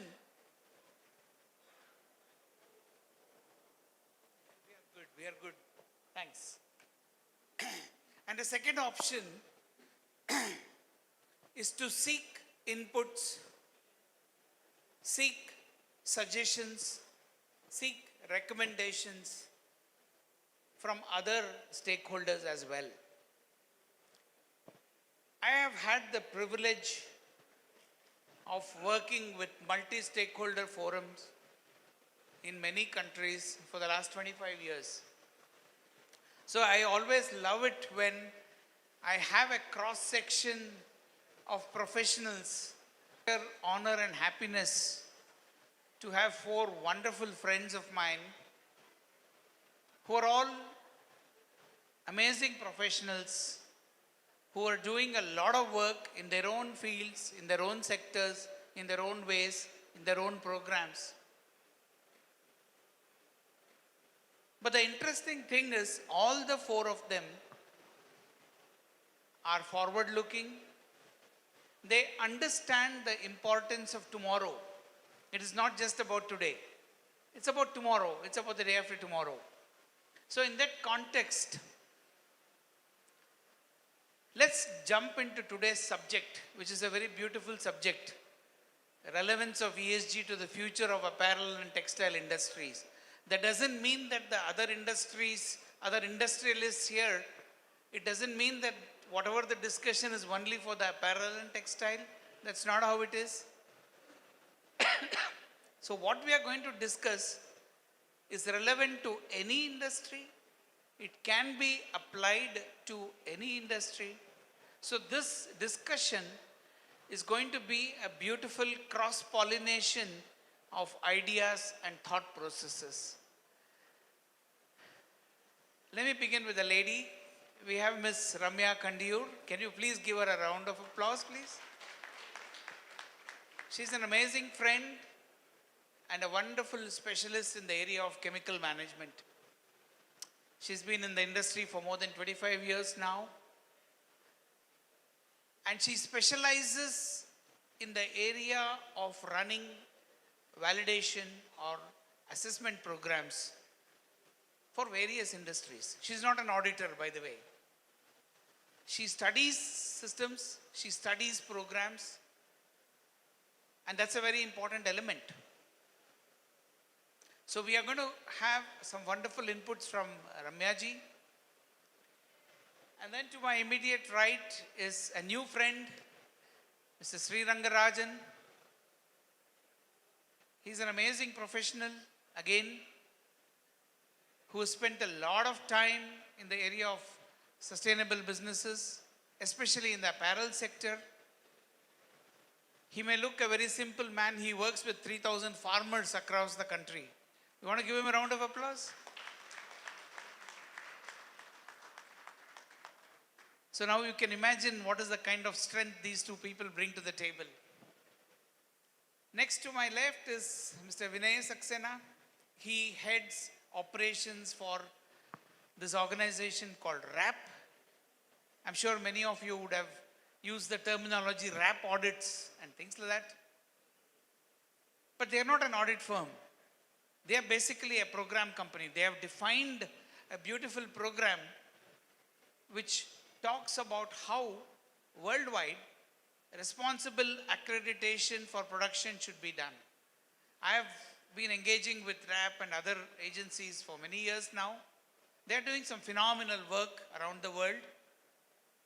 And Vinayji is going to bring in the perspective of how an organization like RAP thinks about the subject of ESG and the future of the subject of ESG and what industries need to do for that. Last but not the least, my great friend Yasir, Mr. Yasir Sharif. He's a former police officer. But then that's old story. Now the last 20 years he has been specializing in apparel production and manufacturing. And to my mind, he's one of the sharpest businessmen that I've ever come across.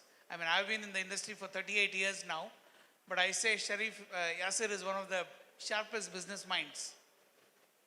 What we have in common is a larger vision for what we all can do together. It's not about what I do myself or what Yasser does or what Rajan does. It's not like that. Yasser and I, we share a commonality. Whenever we meet or whenever we get on a call, we talk about what can we do together. That's the speciality of Yasser. So Yasser again will be bringing in a perspective from a manufacturer's standpoint. And he is fresh. He's just come back fresh. Several buyers around the world. So we are going to pick his brains on understanding what he learned from there. So the structure for this program is, we will request each of them to speak for 5 minutes on the subject of ESG and its relevance to the future. And once all of them have completed their 5 minutes of speaking, then I will have questions for all of them. Today I'm having a very easy role. I just have to ask questions. They will tell the answers. So let's begin with Ramya ji. You have 5 minutes to share with all of us your perspectives on the relevance of ESG to the future of the apparel, textile, and other businesses as well. Over to you, ma'am. Thank you. Thank you so much. Yep, this is louder. Thank you so much, Sridharji. It is a pleasure to be invited to such a session, and it is a pleasure to see so many of you here when we are talking on a subject as important as ESG. Firstly, a huge thanks to Redefine and Srinathji and to Sridharji for having invited us here. We as Leadership and Sustainability have been involved with KKP also through the verifications. And indeed, in today's day and age, when we are talking about ESG, it is such a vast topic. There are so many aspects to ESG that we talk about. I wanted to give a small perspective from our side. We have been in the verification validation line for a long time, and we have been conducting many different audits, etc. in the markets. So in this regard,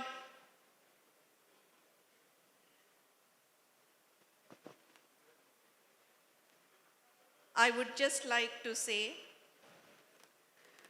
a few years ago, when we talk about ESG, we often meant audits, we often meant questionnaires, certifications, and sustainability reports. Today, the exporters to Europe, for the exporters basically, ESG is increasingly becoming a question of market access. Let me explain this through a few situations that the Indian exporters will immediately recognize. Imagine a garment exporter in South India. A European customer sends an urgent request. Please provide fiber composition, recycled content, details, chemical compliance documentations, origin information, and supporting evidences for these 20 styles that you have been supplying to us. Most factories probably have that information already. Merchandising has one part, procurement has another, sustainability has another. The chemical team have all the test reports that are required for the styles that he is talking about. The fabric mill also has all these reports. The challenge is no longer simply whether the data is existing. The challenge is whether we can connect it to the individual product that they are asking for, these 20 styles that they are asking for. So this is the direction between the EU's Eco Design for Sustainable Products Regulation, or the ESPR, and the Digital Product Passport. Textile-specific DPPs are still under development, but the direction is clear. How we need to go about the entire process when such a request comes from the market, what do we do, how do we do it? So Europe is gradually moving from asking, is your factory sustainable, to asking, what can you prove about this particular product? And this is already becoming a compliance issue. A recent European market surveillance exercise, and some products were stopped from the sale. So something that looks like a documentation error is becoming a market access problem. Imagine another exporter producing water-resistant jackets or shoes, footwear. The customer asks, can you confirm compliance with the new PFHA restriction? Suddenly, it is not enough to say we have an RSL or we are complying with MRSL here. Under EU REACH on PFHA and related substances being applied to the relevant consumer textiles, apparel and footwear, this begins in October 2026 now. And the broader PFAS discussion still continues in the markets. The question therefore becomes, can I trace the chemistry from purchase to formulation, to process, to finished product, and finally demonstrate compliance to the client? For textile manufacturers, chemical management is increasingly becoming again a market access issue. Consider another very familiar situation where the brand wants to make a garment which is perhaps climate neutral. For years, these expressions were used quite freely. This is changing. Under EU's Empowering Consumers for Green Transition rules, applying from September 2026, generic environmental claims face very much greater scrutiny in these markets. So the brand may come back to the Indian supplier and ask, you said this fabric is sustainable. What exactly do you mean? Does it have recycled content? Does it have lower water consumption than what the other fabrics use? Lower emissions? And where is this evidence? So the lesson is basically simple. A sustainability claim is increasingly only as strong as the sustainability data that it can support. So when a European buyer is asking you, where does this cotton come from? The garment manufacturer knows the fabric mill knows the spinner. But further upstream, perhaps you're not able to make these connections. This becomes particularly important when you are looking at, again, the EU forced labor regulation, which applies from December of. When forced labor is established in the supply chain, the products can ultimately face prohibition, withdrawal, and disposal under the EU markets. And the question will not stop at your tier 1. It can travel upstream. Cotton, spinning, weaving, processing, subcontracting, and labor recruitment, all of them will fall under the purview. Where did the product actually come from? And that brings me to the commercial reality. Imagine a European retailer has 2 Indian suppliers. Both offer very good quality. Both deliver on time. Both are competitively priced.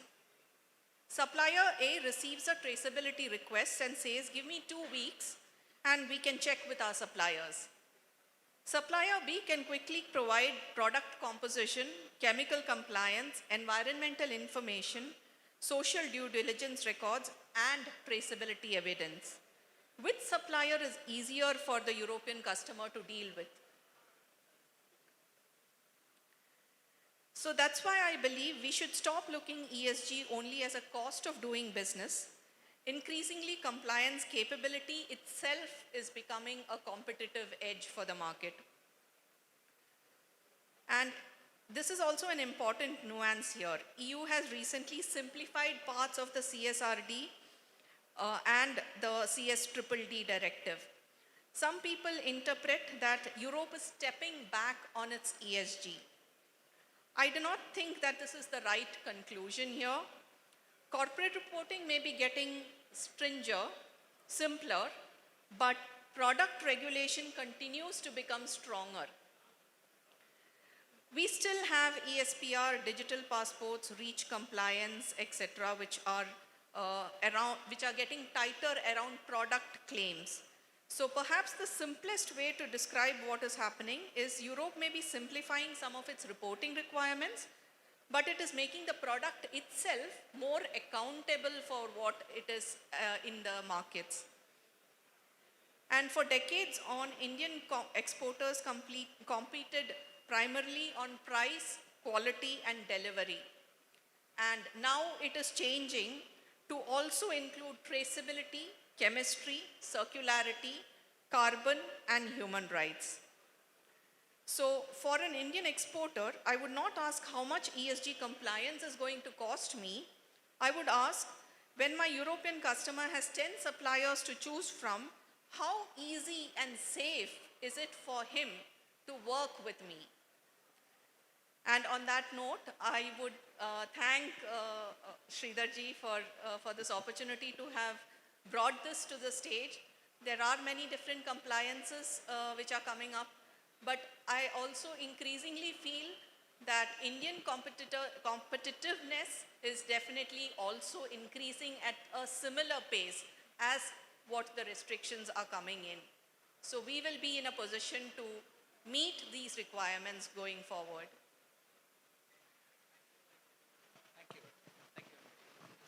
Thank you, Ramya ji. A round of applause, please. So what did we learn from this brief but important points that Ramya ji shared with us? Point number one, it is still a moving target. That means what is a requirement today may get enhanced tomorrow. It may be totally different the day after. So it's a moving target.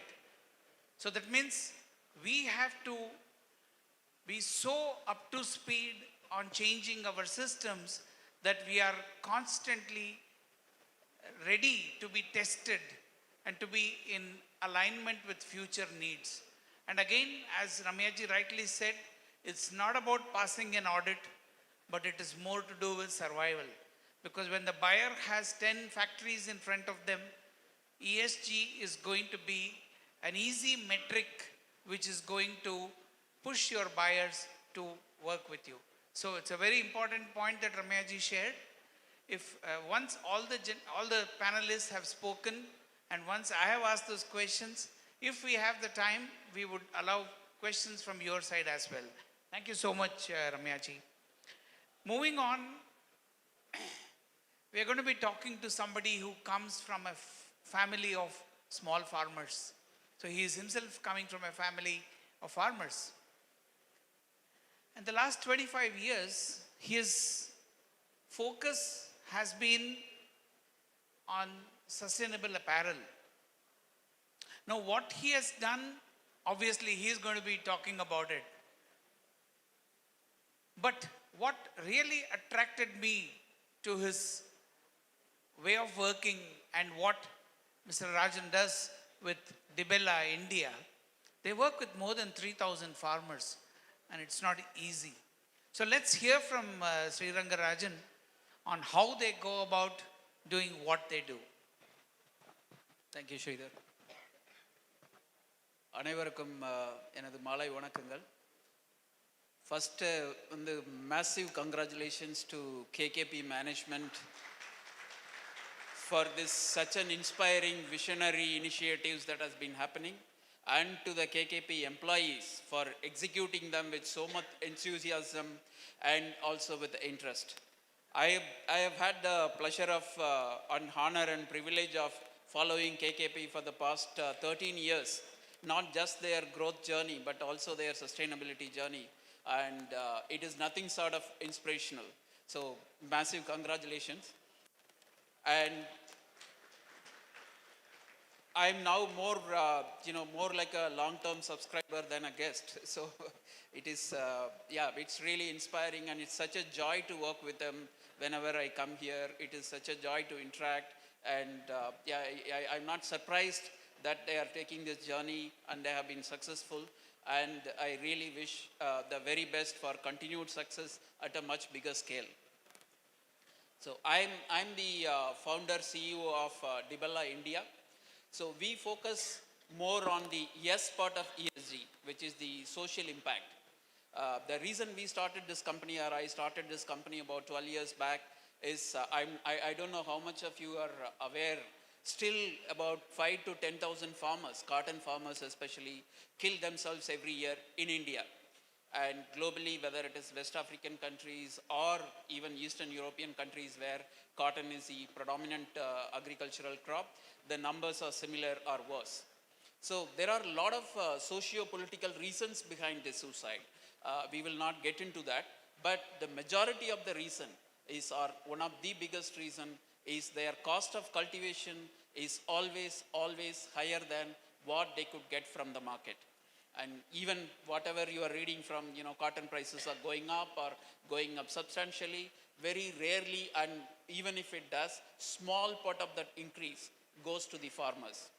And these farmers, they depend on the middlemen, and they are totally disconnected from the world or from the consumer market.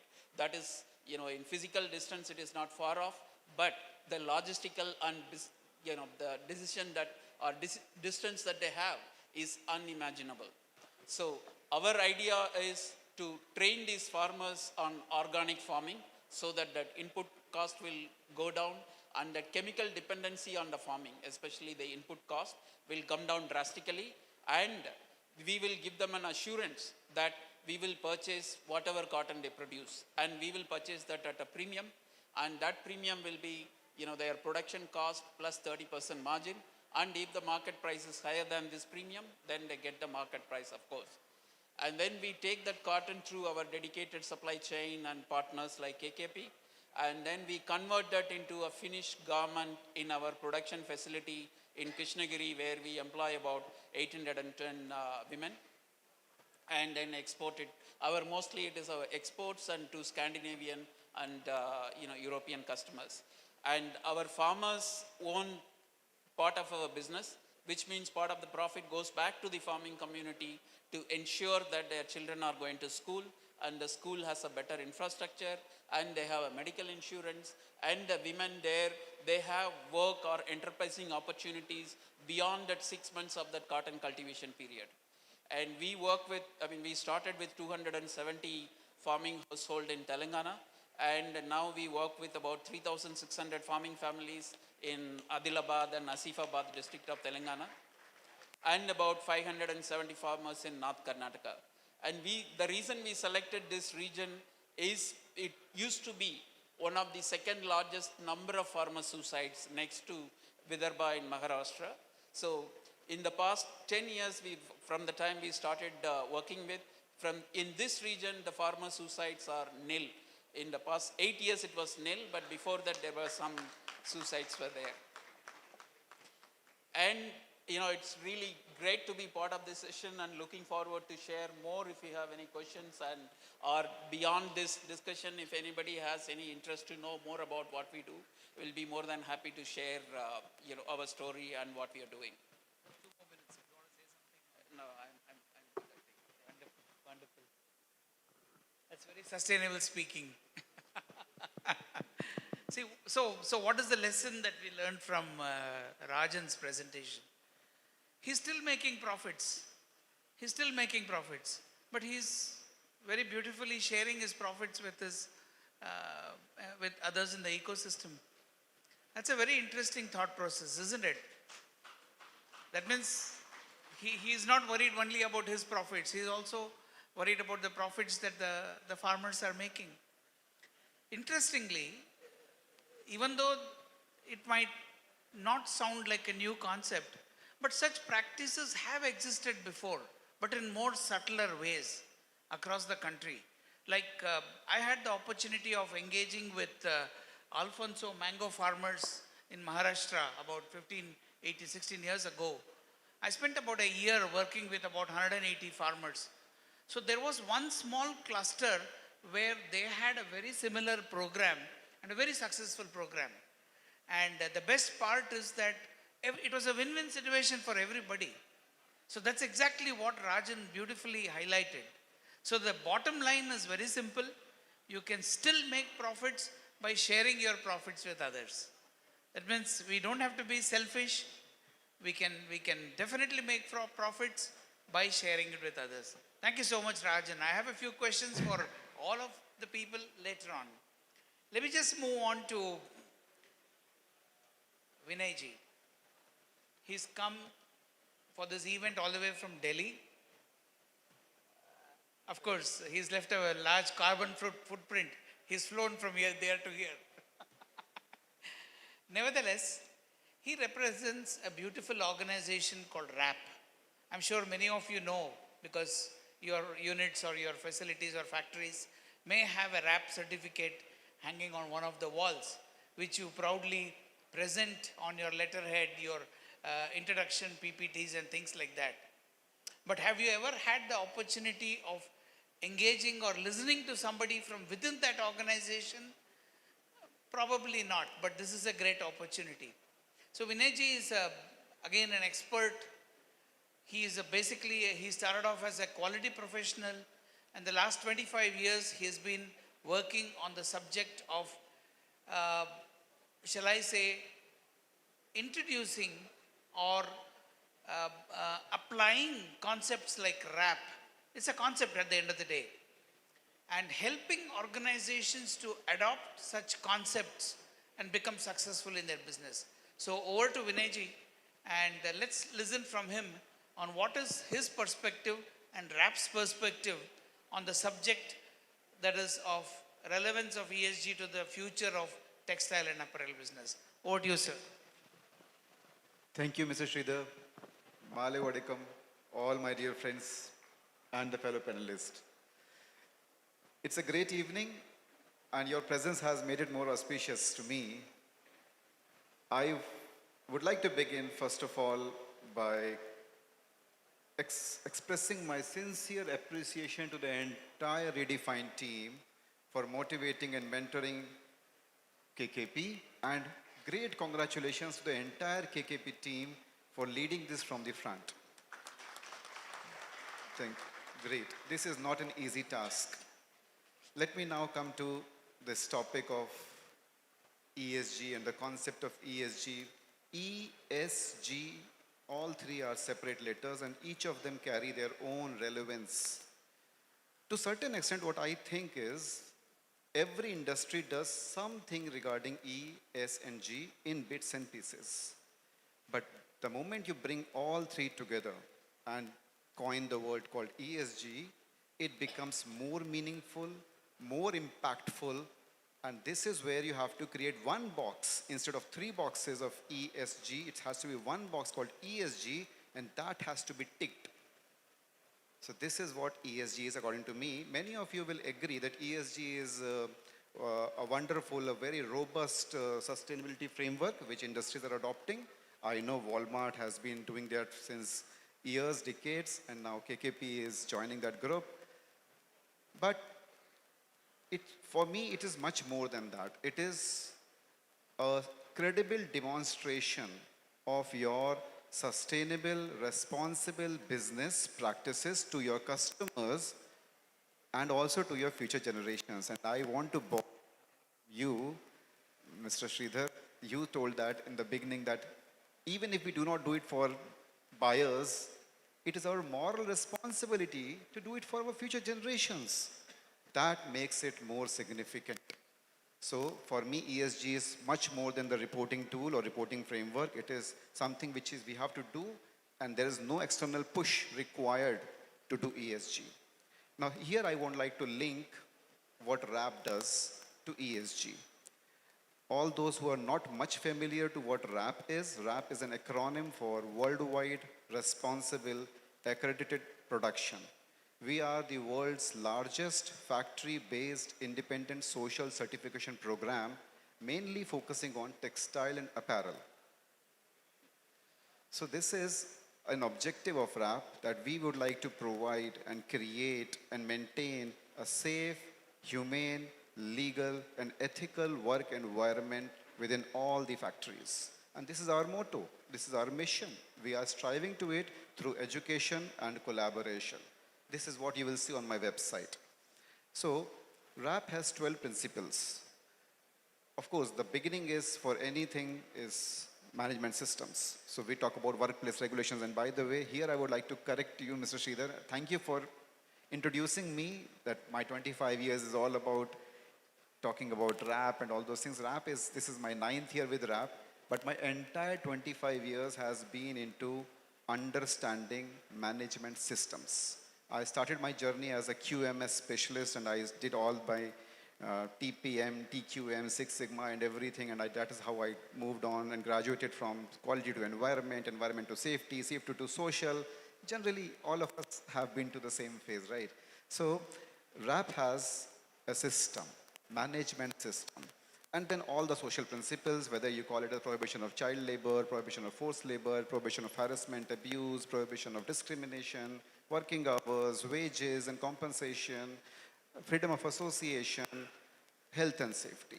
All these, if you look at with a ESG lens, you can easily correlate that S part of ESG is here in RAP.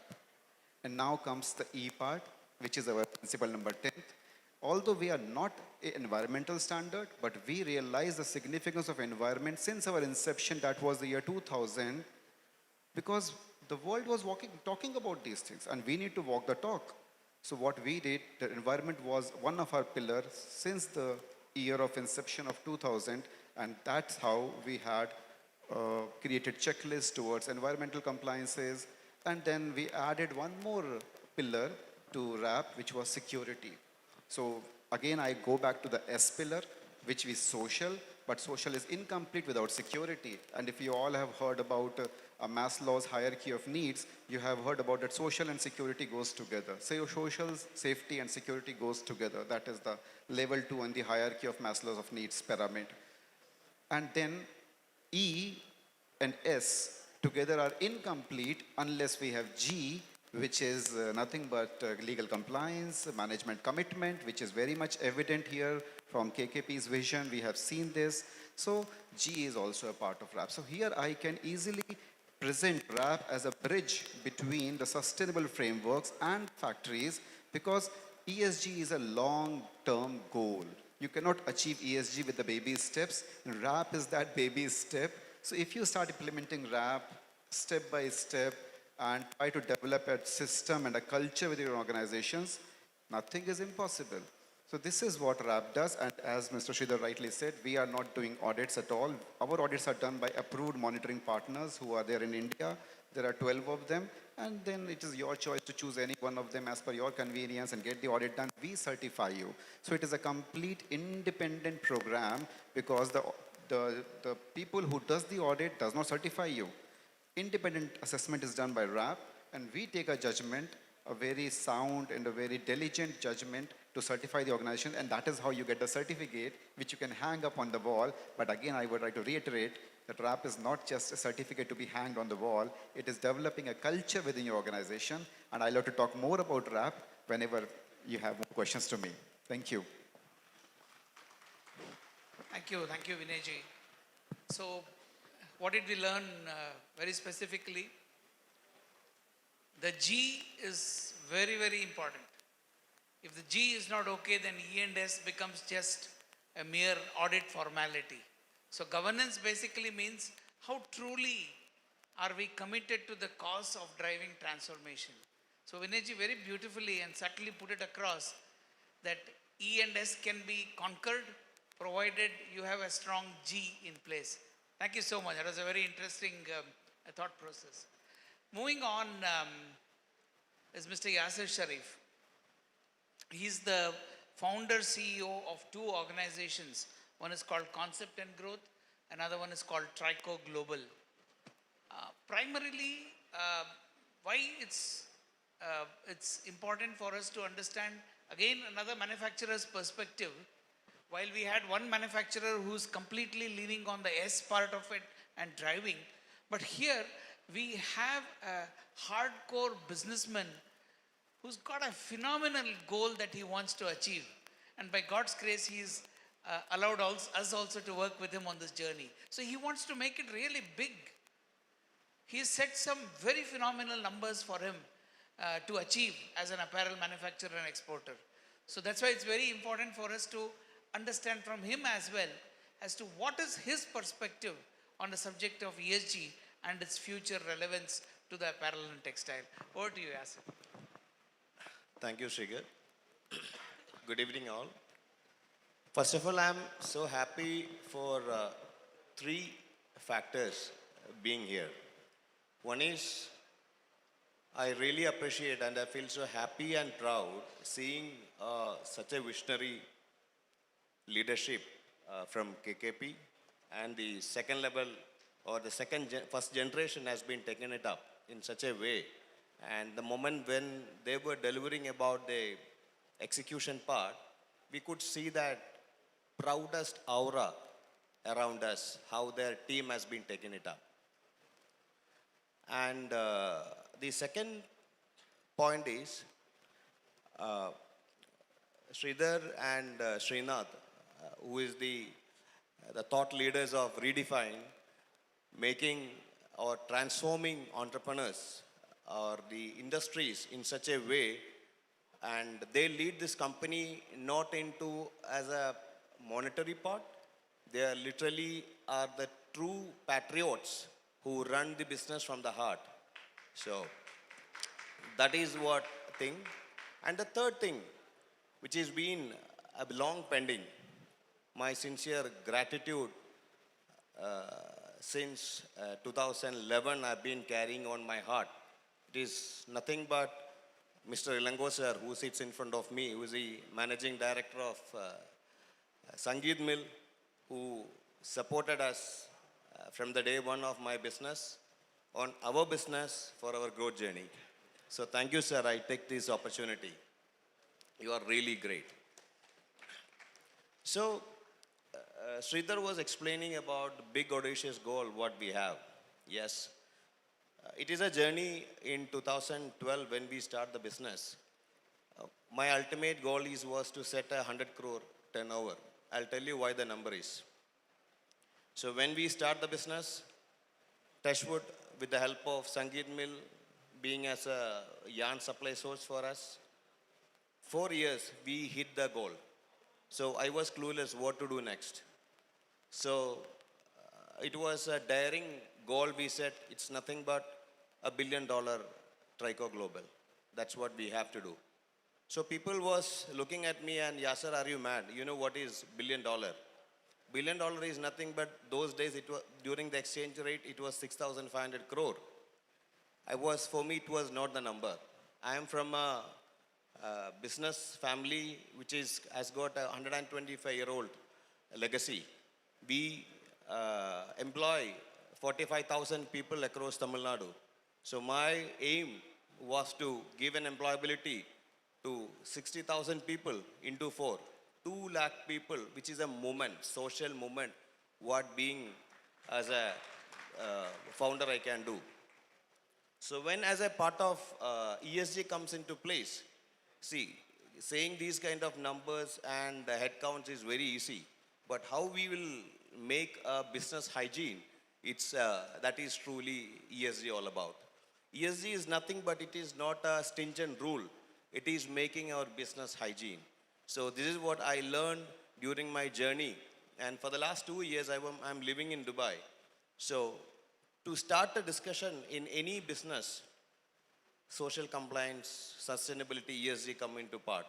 So it's been many years. Srinath and Sridhar's been saying about ESG to me, but seeing KPP as a company, as a visionary company, and being as a fast modern city where I'm living, we can't ignore ESG or sustainability part from the business. Even if you really wish to run the show after 5 years, this is the key. Because as an apparel manufacturer, anybody can give price and a t-shirt and a product. But what is the value addition is nothing less than ESG. So thank you so much.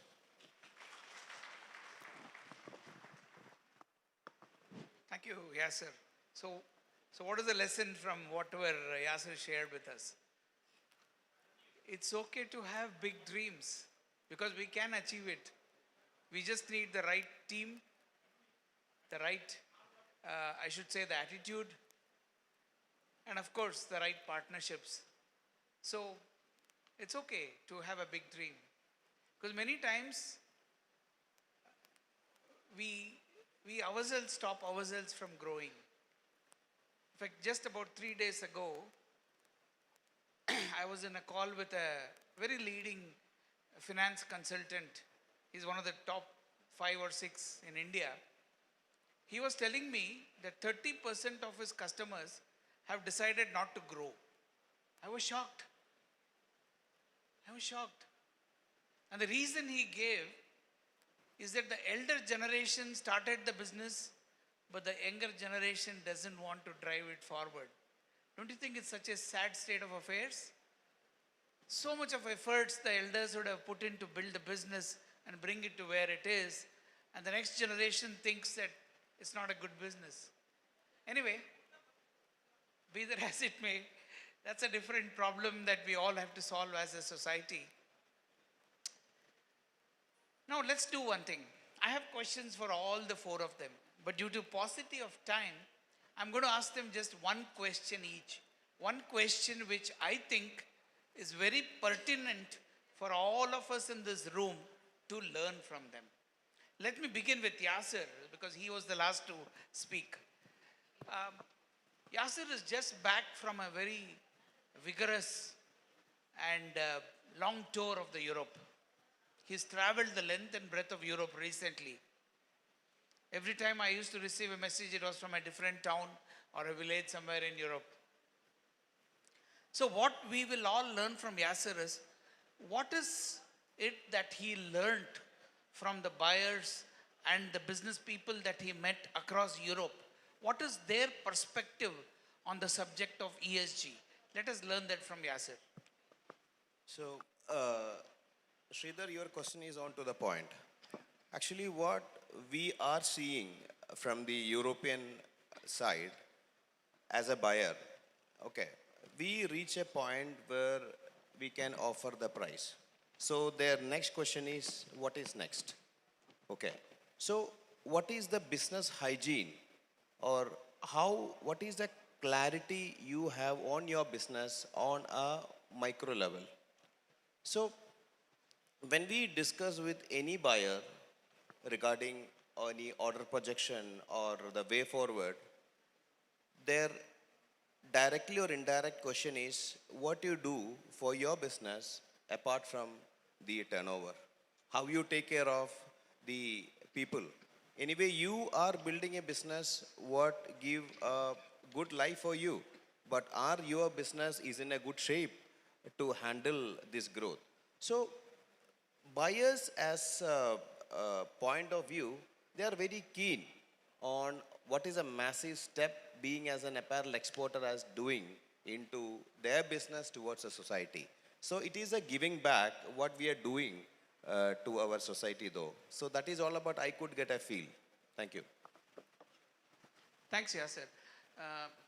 See, the last, since 1994 till about 2010, I was on the other side of the fence. I was working with the retailers. I was in those large retail companies.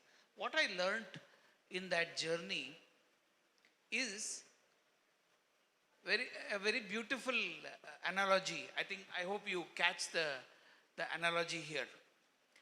How does a typical father, a parent, a father or mother, how do they think about their child? Many times, the parents would not have had the opportunity to become an engineer or a doctor. So they want their children to become the doctor or engineer, isn't it?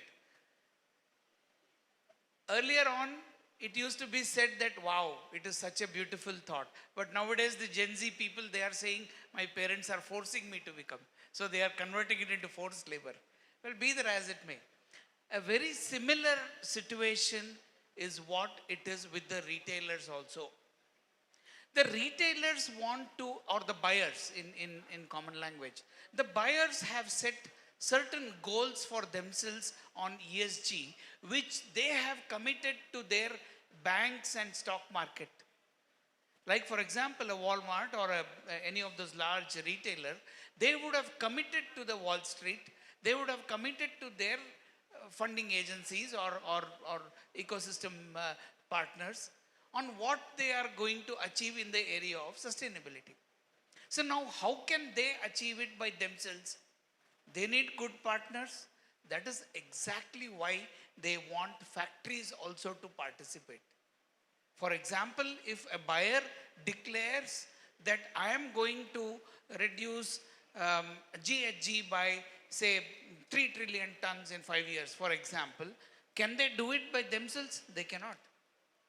They need the support of the factories. So that is why it is a great opportunity. Yasser very beautifully put it across. He says the buyers asked him, okay, you brought a beautiful product, your price is competitive, you have a certification, a SEDEX or whatever. What next? What else are you bringing? So it's a very important message that what else is nothing but ESG or commitment to sustainability. Thank you, Yasser, for sharing those beautiful thoughts with us. Vinayji, I have a very trick question for you. All ears. See, RAP, you said, is an independent agency which oversees functionality of management systems. But what is your commitment to capacity building? That's a very excellent question, Mr. Sridhar. Capacity building, in simple terms, we can say it's about training and hand-holding and uplifting the competence. You know, I had been traveling to Coimbatore for some years now, and I have tried to learn Tamil. That's why I started my discussion greeting all of you in the Tamil language, but there's a lot of still left for me to learn, and that's why I will not speak in Tamil, don't worry, otherwise you will run away. So,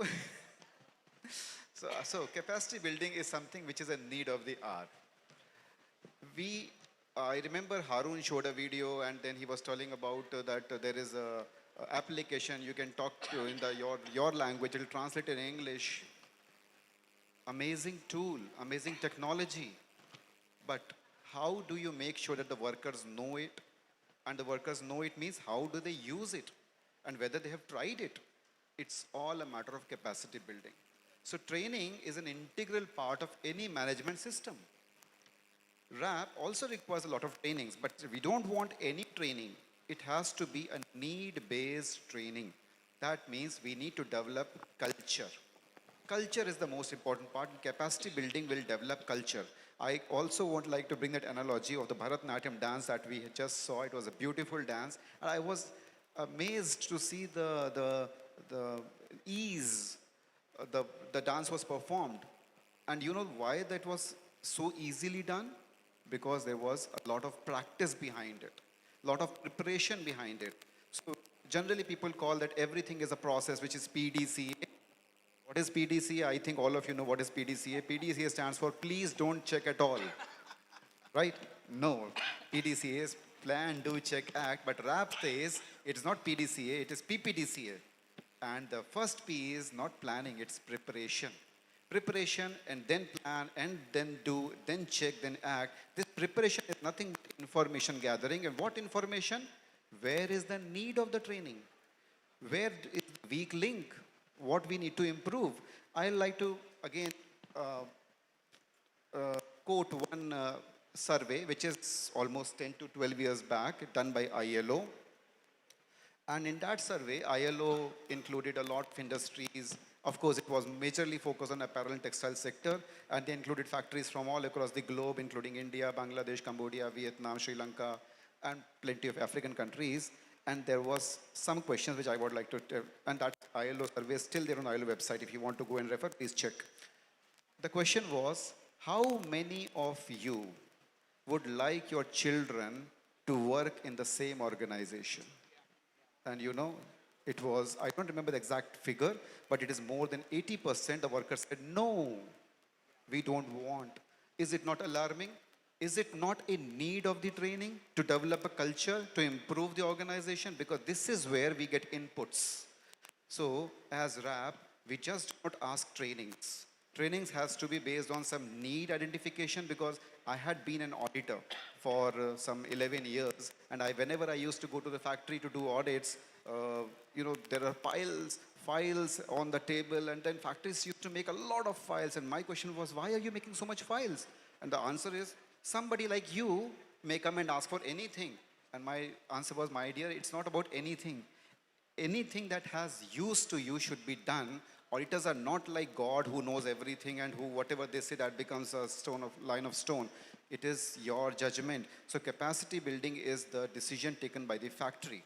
You have to decide what you need to do. And I could see in that software, that Satwa, which is amazing again software, I appreciate, I congratulate your team because you have rightly pointed out what need has to be identified and what should be the rigorous trainings to be done. Because training is not just once, it has to be done again and again, till the time it is in your blood. And this is something which I always say. I was a safety specialist in the previous organization and I got a chance to study DuPont safety model. I don't know, some of you might have heard about DuPont. DuPont is a big organization and they have promoted their own safety model, and they say that safety should be like a table of two. And if I ask you, what is 2 multiplied by 2? You have immediate answer, it's 4, right? But if I ask you, what is 19 multiplied by 7? Many of you will think, oh, what is this question? So that is not safety. We asked It ChatGPT. has to be imbibed in your blood. This is only possible through regular capacity building. Otherwise, you do training once, it's gone. It's for people forget. That's what happening with me. I try to learn some Tamil words because I don't practice it. I forget. So poor me, right? But capacity building is a continuous process. So that is my take on this. Thank you, Mr. Sridhar. Thank you so much. I think the underlying message is change in culture, be committed to learning, and learn again and again. That's the whole concept. Thank you, Vinayji. Rajan, I have a very, very crucial question for you. See, you are running a very beautiful program connecting 3,000 farmers. It's giving you a lot of, I'll probably share the microphone, yeah. So it's giving you a lot of satisfaction of doing all that, working with those farmers, sharing profits with them. But how do your 800 people respond to that? Do you see an increase in their productivity and commitment to your own business?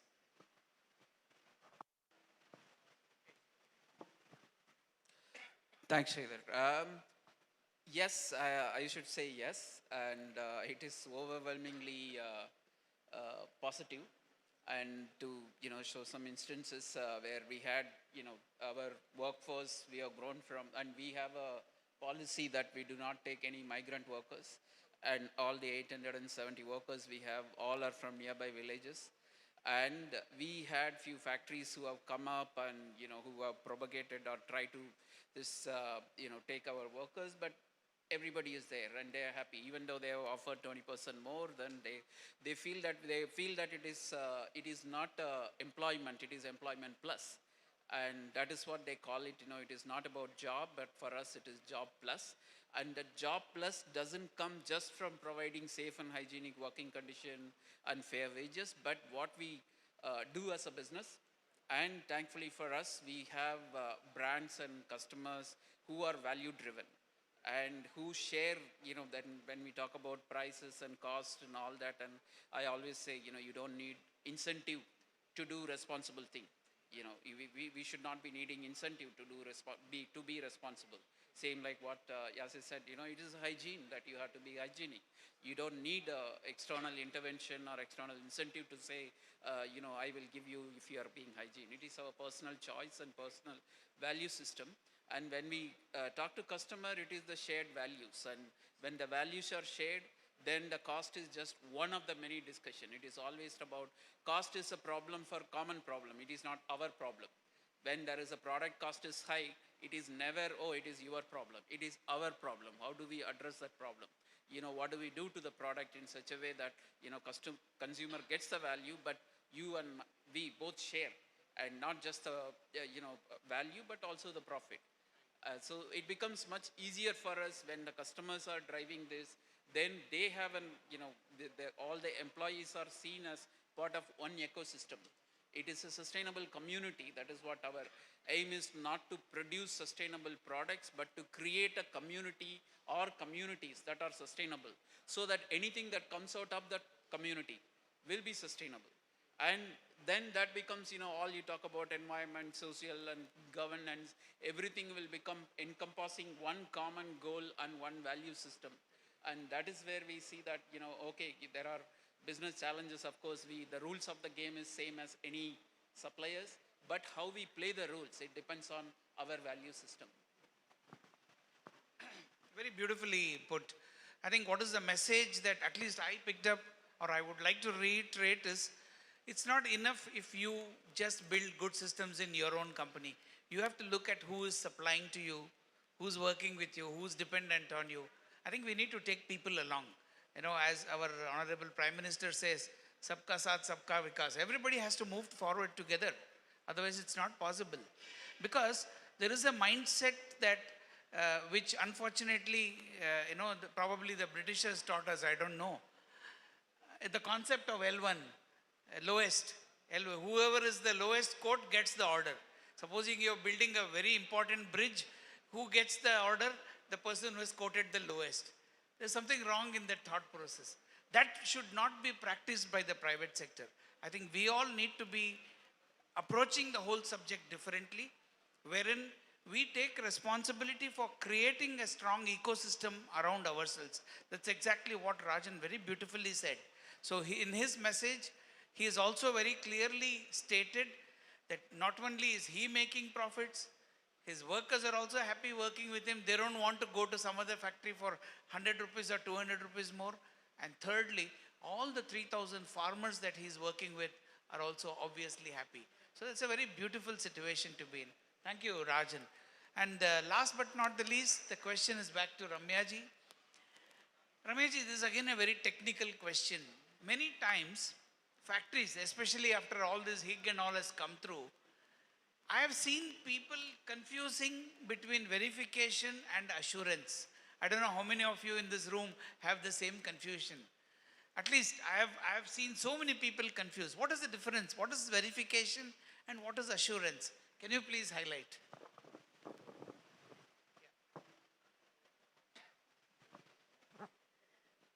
Thank you for this question, Sridharji. And so I would like to, highlight the difference between verification and assurance. Verification is where we are doing a set of validations against a particular standard. Whereas when we are talking about assurance, we are talking about how reliable is that data that the sustainability partner is actually sharing with us. Is this data really valid enough?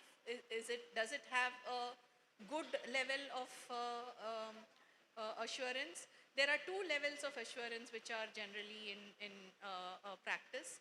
One is a limited level of assurance and one is a reasonable level of assurance. The amount of evidence required and the amount of engagements for both these assurances are also different.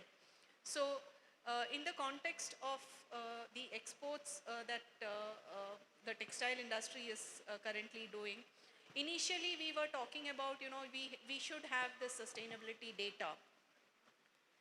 The first generation of the buyers started with sustainability data. The second generation started with saying, yes, we should have disclosure as well. And now the third generation is coming in, which is telling us that apart from the disclosure and the data that you have, there should be a reasonable amount of assurance that the data is credible. And that is where credibility is coming also, because this data is being shared with the investors. And they want that when a bank is maybe making a loan for an organization, or when a bank is standing with an organization for a very large expansion that they are doing, there is a certain amount of credibility with whatever they are presenting and going forward with. So that has been generally the main difference. And hopefully going forward, we will have more of assurance. We will have more of, emphasis which is given on assurance. Because at the moment, when buyers are looking at audits and when they're looking at, verifications, etc., the push for assurance is not as much. It is much lower. It is only at an investor level that the assurance part of it, like how in accountability, is coming into the picture. And most of the standards also, like, they are all industry agnostic. They basically want to see how well you are sustainably assured with your promises that you are wanting to make.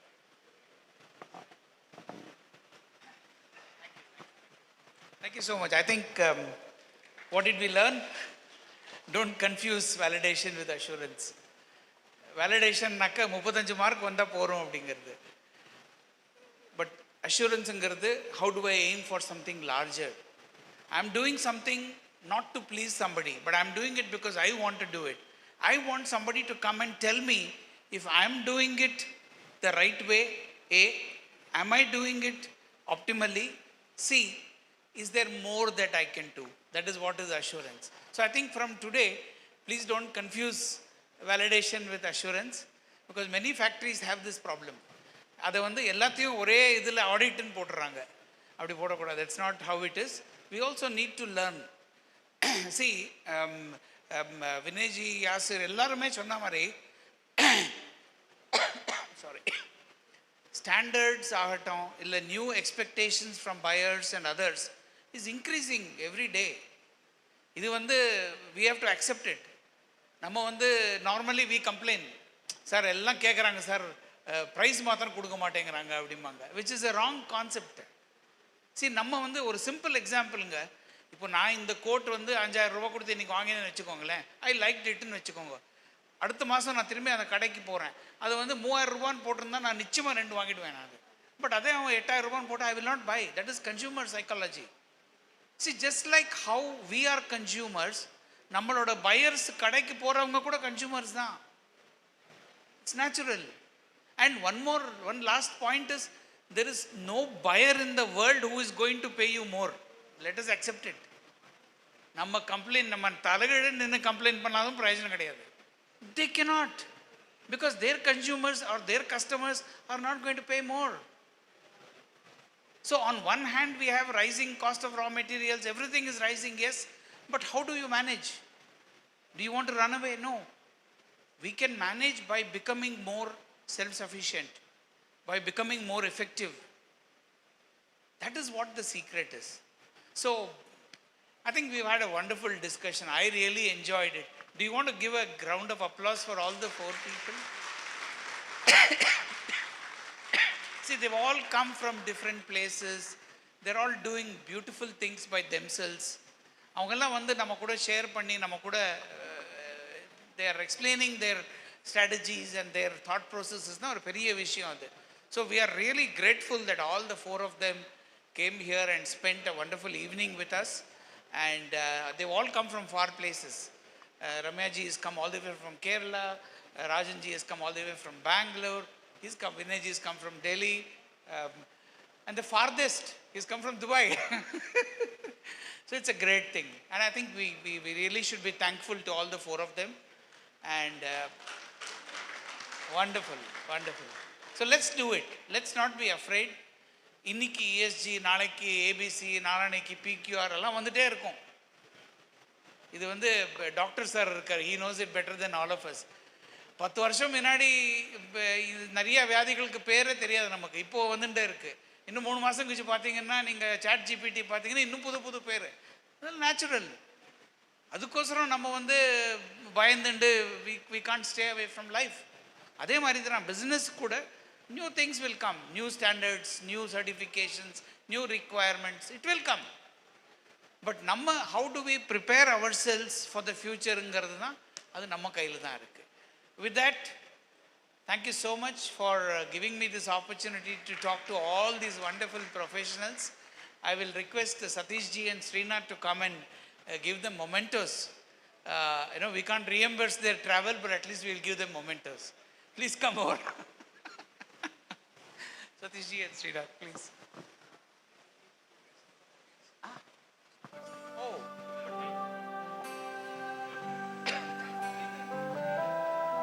Come, Satish ji.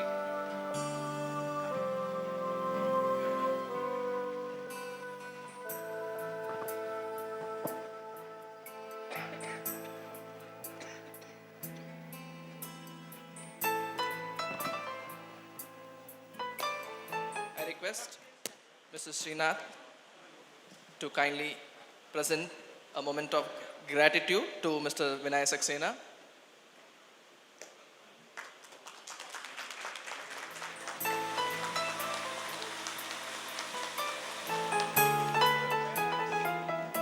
I request Mr. Sridhar to honor Mr. Yasir.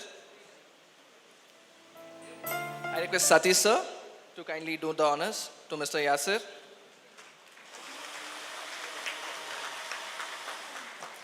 I request Mr. Subhash to kindly honor Mr. Sri Rangarajan.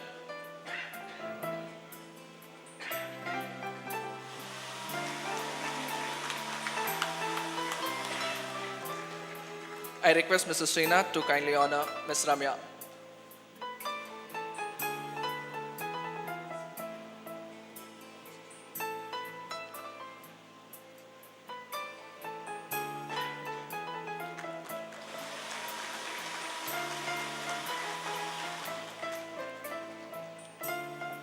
I request the panelists to kindly take their front row seat and request the management to kindly stay back on the stage.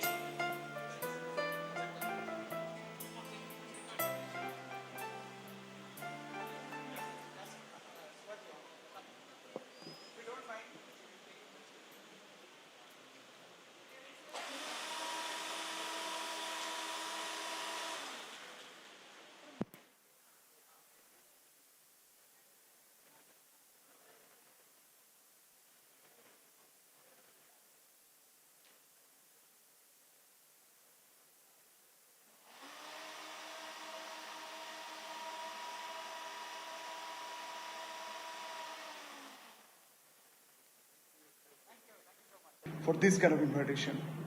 A quick word about us. Urmi Group is a vertically integrated textile group in Bangladesh. Over 60 years in business, more than 16,000 employees. We produce 40 tons of and over 300,000 garments every day. Last year, our export crossed 300 million US dollars. We proudly serve brands like Marks and Spencer, Puma, Decathlon, and Armani. Now, let me speak about the bigger picture with some numbers. Globally, the apparel industry is decarbonizing, but not fast enough. Casca's State of the Industry Report 2026 is clear on this. The pace is off track against a 1.5 degree pathway. Now, the European Union, their Green Deal target is about 55% reduction of the emission by 2030, compared to 1990 level, climate neutral by 2050. But even sources is short by 3 percentage points. Think about what this means for us in South Asia.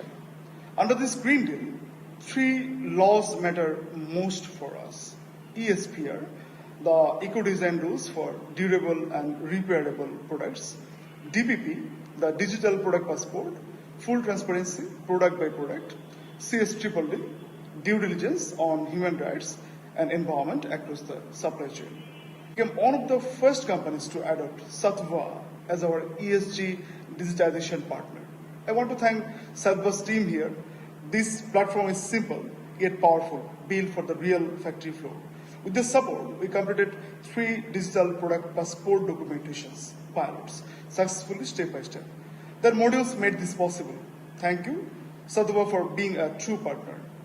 Before I close, congratulations to Redefine Group and KP Group for organizing this summit. I wish Esg Summit 2026 a great success. And to my friends in the Indian textile industry, I hope very soon we meet face to face, not through a screen like today, in person, sharing ideas, sharing solutions. That was Mr. Fakhrum Alam from Bangladesh. It's time to honor all the stakeholders who have been part of this beautiful journey with KKP. I would request the chairman of KKP Group, Shri Tirunalatambi sir, to join us on the stage to felicitate all the stakeholders. And I also request Sridhar sir to join us on the stage with the MD of KKP Group as well.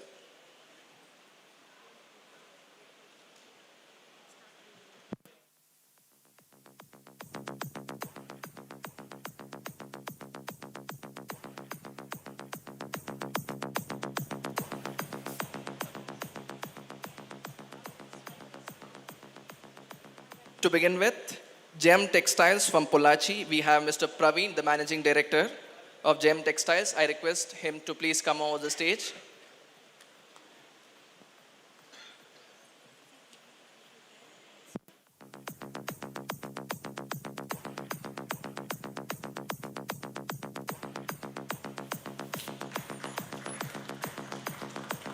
Next, we have Mr. Babu, the Managing Director of Smart Weaving Mills.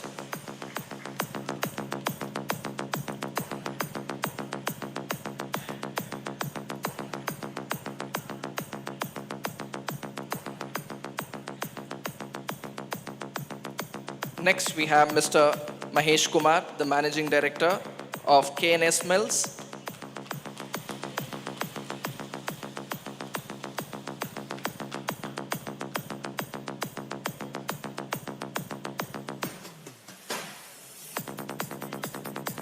Next, we have Mr. Sanjay Kani, Managing Director of AR Power Weaving Mills.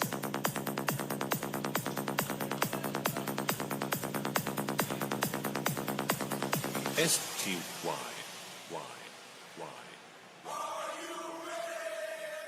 Next, we have Mr. Ponusami, the Managing Director of Vasa Textile Mills Private Limited.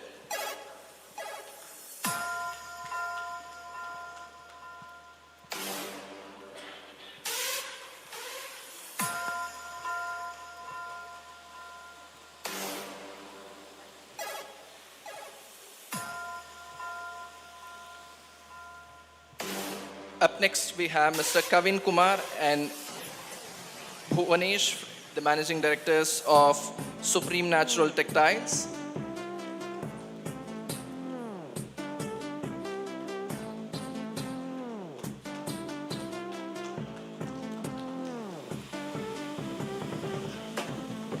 Up next, we have Mr. Suresh, the Manager of Top Lights Trims Private Limited.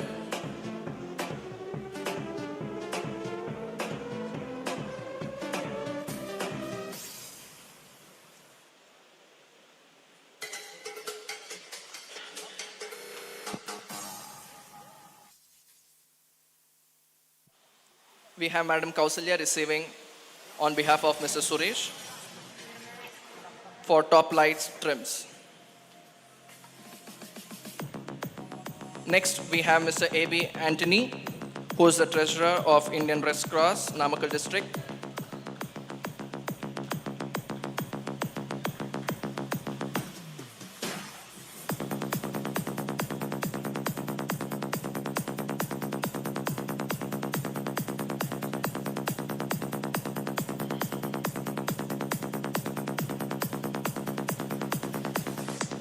We thank all our stakeholders for their continuous support.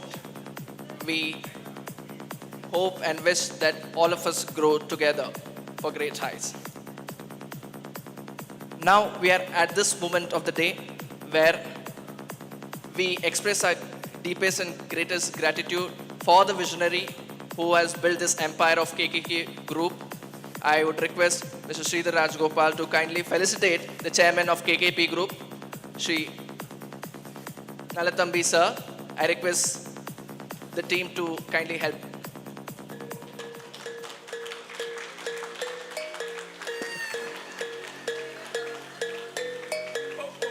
மதிப்புமிக்க ஐயா திரு நல்லதம்பி அவர்கள் நாமக்கல்லில் தனது தொழில் பயணத்தை rice mill மூலமாக தொடங்கினார்.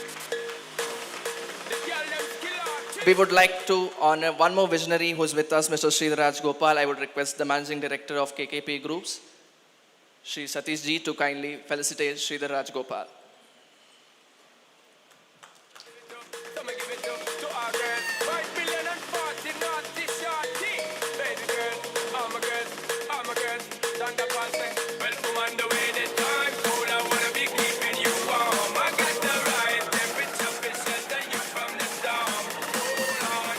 Since all the management is on the stage, I would just wanted to put this on record that today Namakkal has witnessed a history being created by both these visionary groups, and all of you are the witness for this history.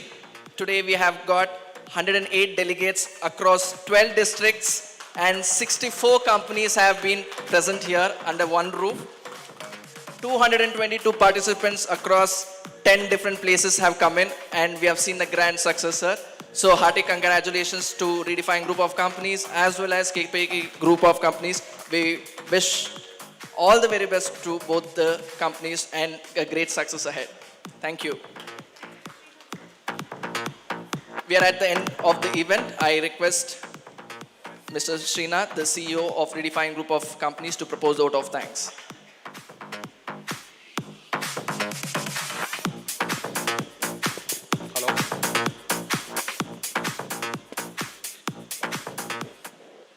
Respected distinguished speakers, esteemed guests, industry leaders, and ladies and gentlemen. It is my privilege and honor to extend our heartfelt gratitude to everyone who has made this ESG Summit 2026 a meaningful and memorable occasion. At the outset, I would like to express our sincere gratitude to Thiru Madhubalan, IAS District Collector and District Magistrate, Namakkal District. Though his busy schedule did not permit him to be with us for this section, he graciously visited the government high school this morning and blessed the CSR initiative undertaken by KKP Group of Companies. Sir, your presence has made the occasion truly special and memorable. My sincere thanks to Mr. P. Nallatambi, Mr. Sadish Kumar, Mr. Sridhar Rajagopal, and Mr. Subhash Kumar for your valuable keynote address. Our gratitude also for our distinguished speakers, Mr. Vinay Saxena, Mr. Sri Rangarajan, and Mr. Yasu Sharif, and Ms. Ramya Kandiur, for sharing your valuable insight and perspectives. A special thanks to all the participants of our roundtable on EU compliance or market exit. Your discussion have reminded us that the time to prepare, act is now. My sincere appreciation to the organizing committee, coordinators, technical team, and support staff for making this summit a success. On behalf of KKP Group of Companies and Redefine Group of Companies, thank you all for your presence and support. Let us carry forward the message of this summit: sustain today, thrive tomorrow. Good evening. Thank you. Jai Hind. Thank you, sir. At this, we officially close ESG Summit 2026. We wish to see you all very soon and hope that we all promise each other that we are committed for a sustainable earth and help all our, businesses and the fellow beings across us, the society to grow and, live a beautiful life. So thank you, and the dinner is ready. Please feel free and have a networking dinner, and wish you all a very great and happy future ahead. Thank you. Jai Hind.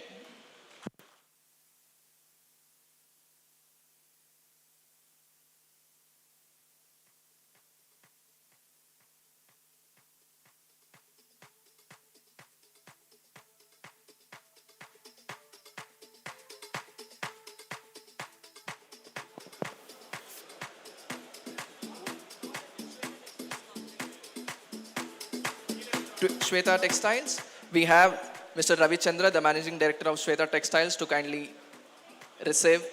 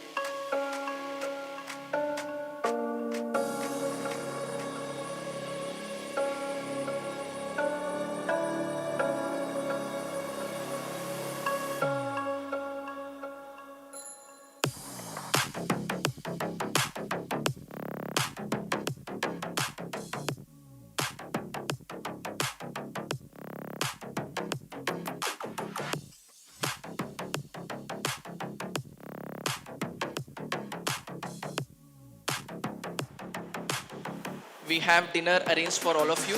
Kindly please take your dinner, which is on the left side of the hall.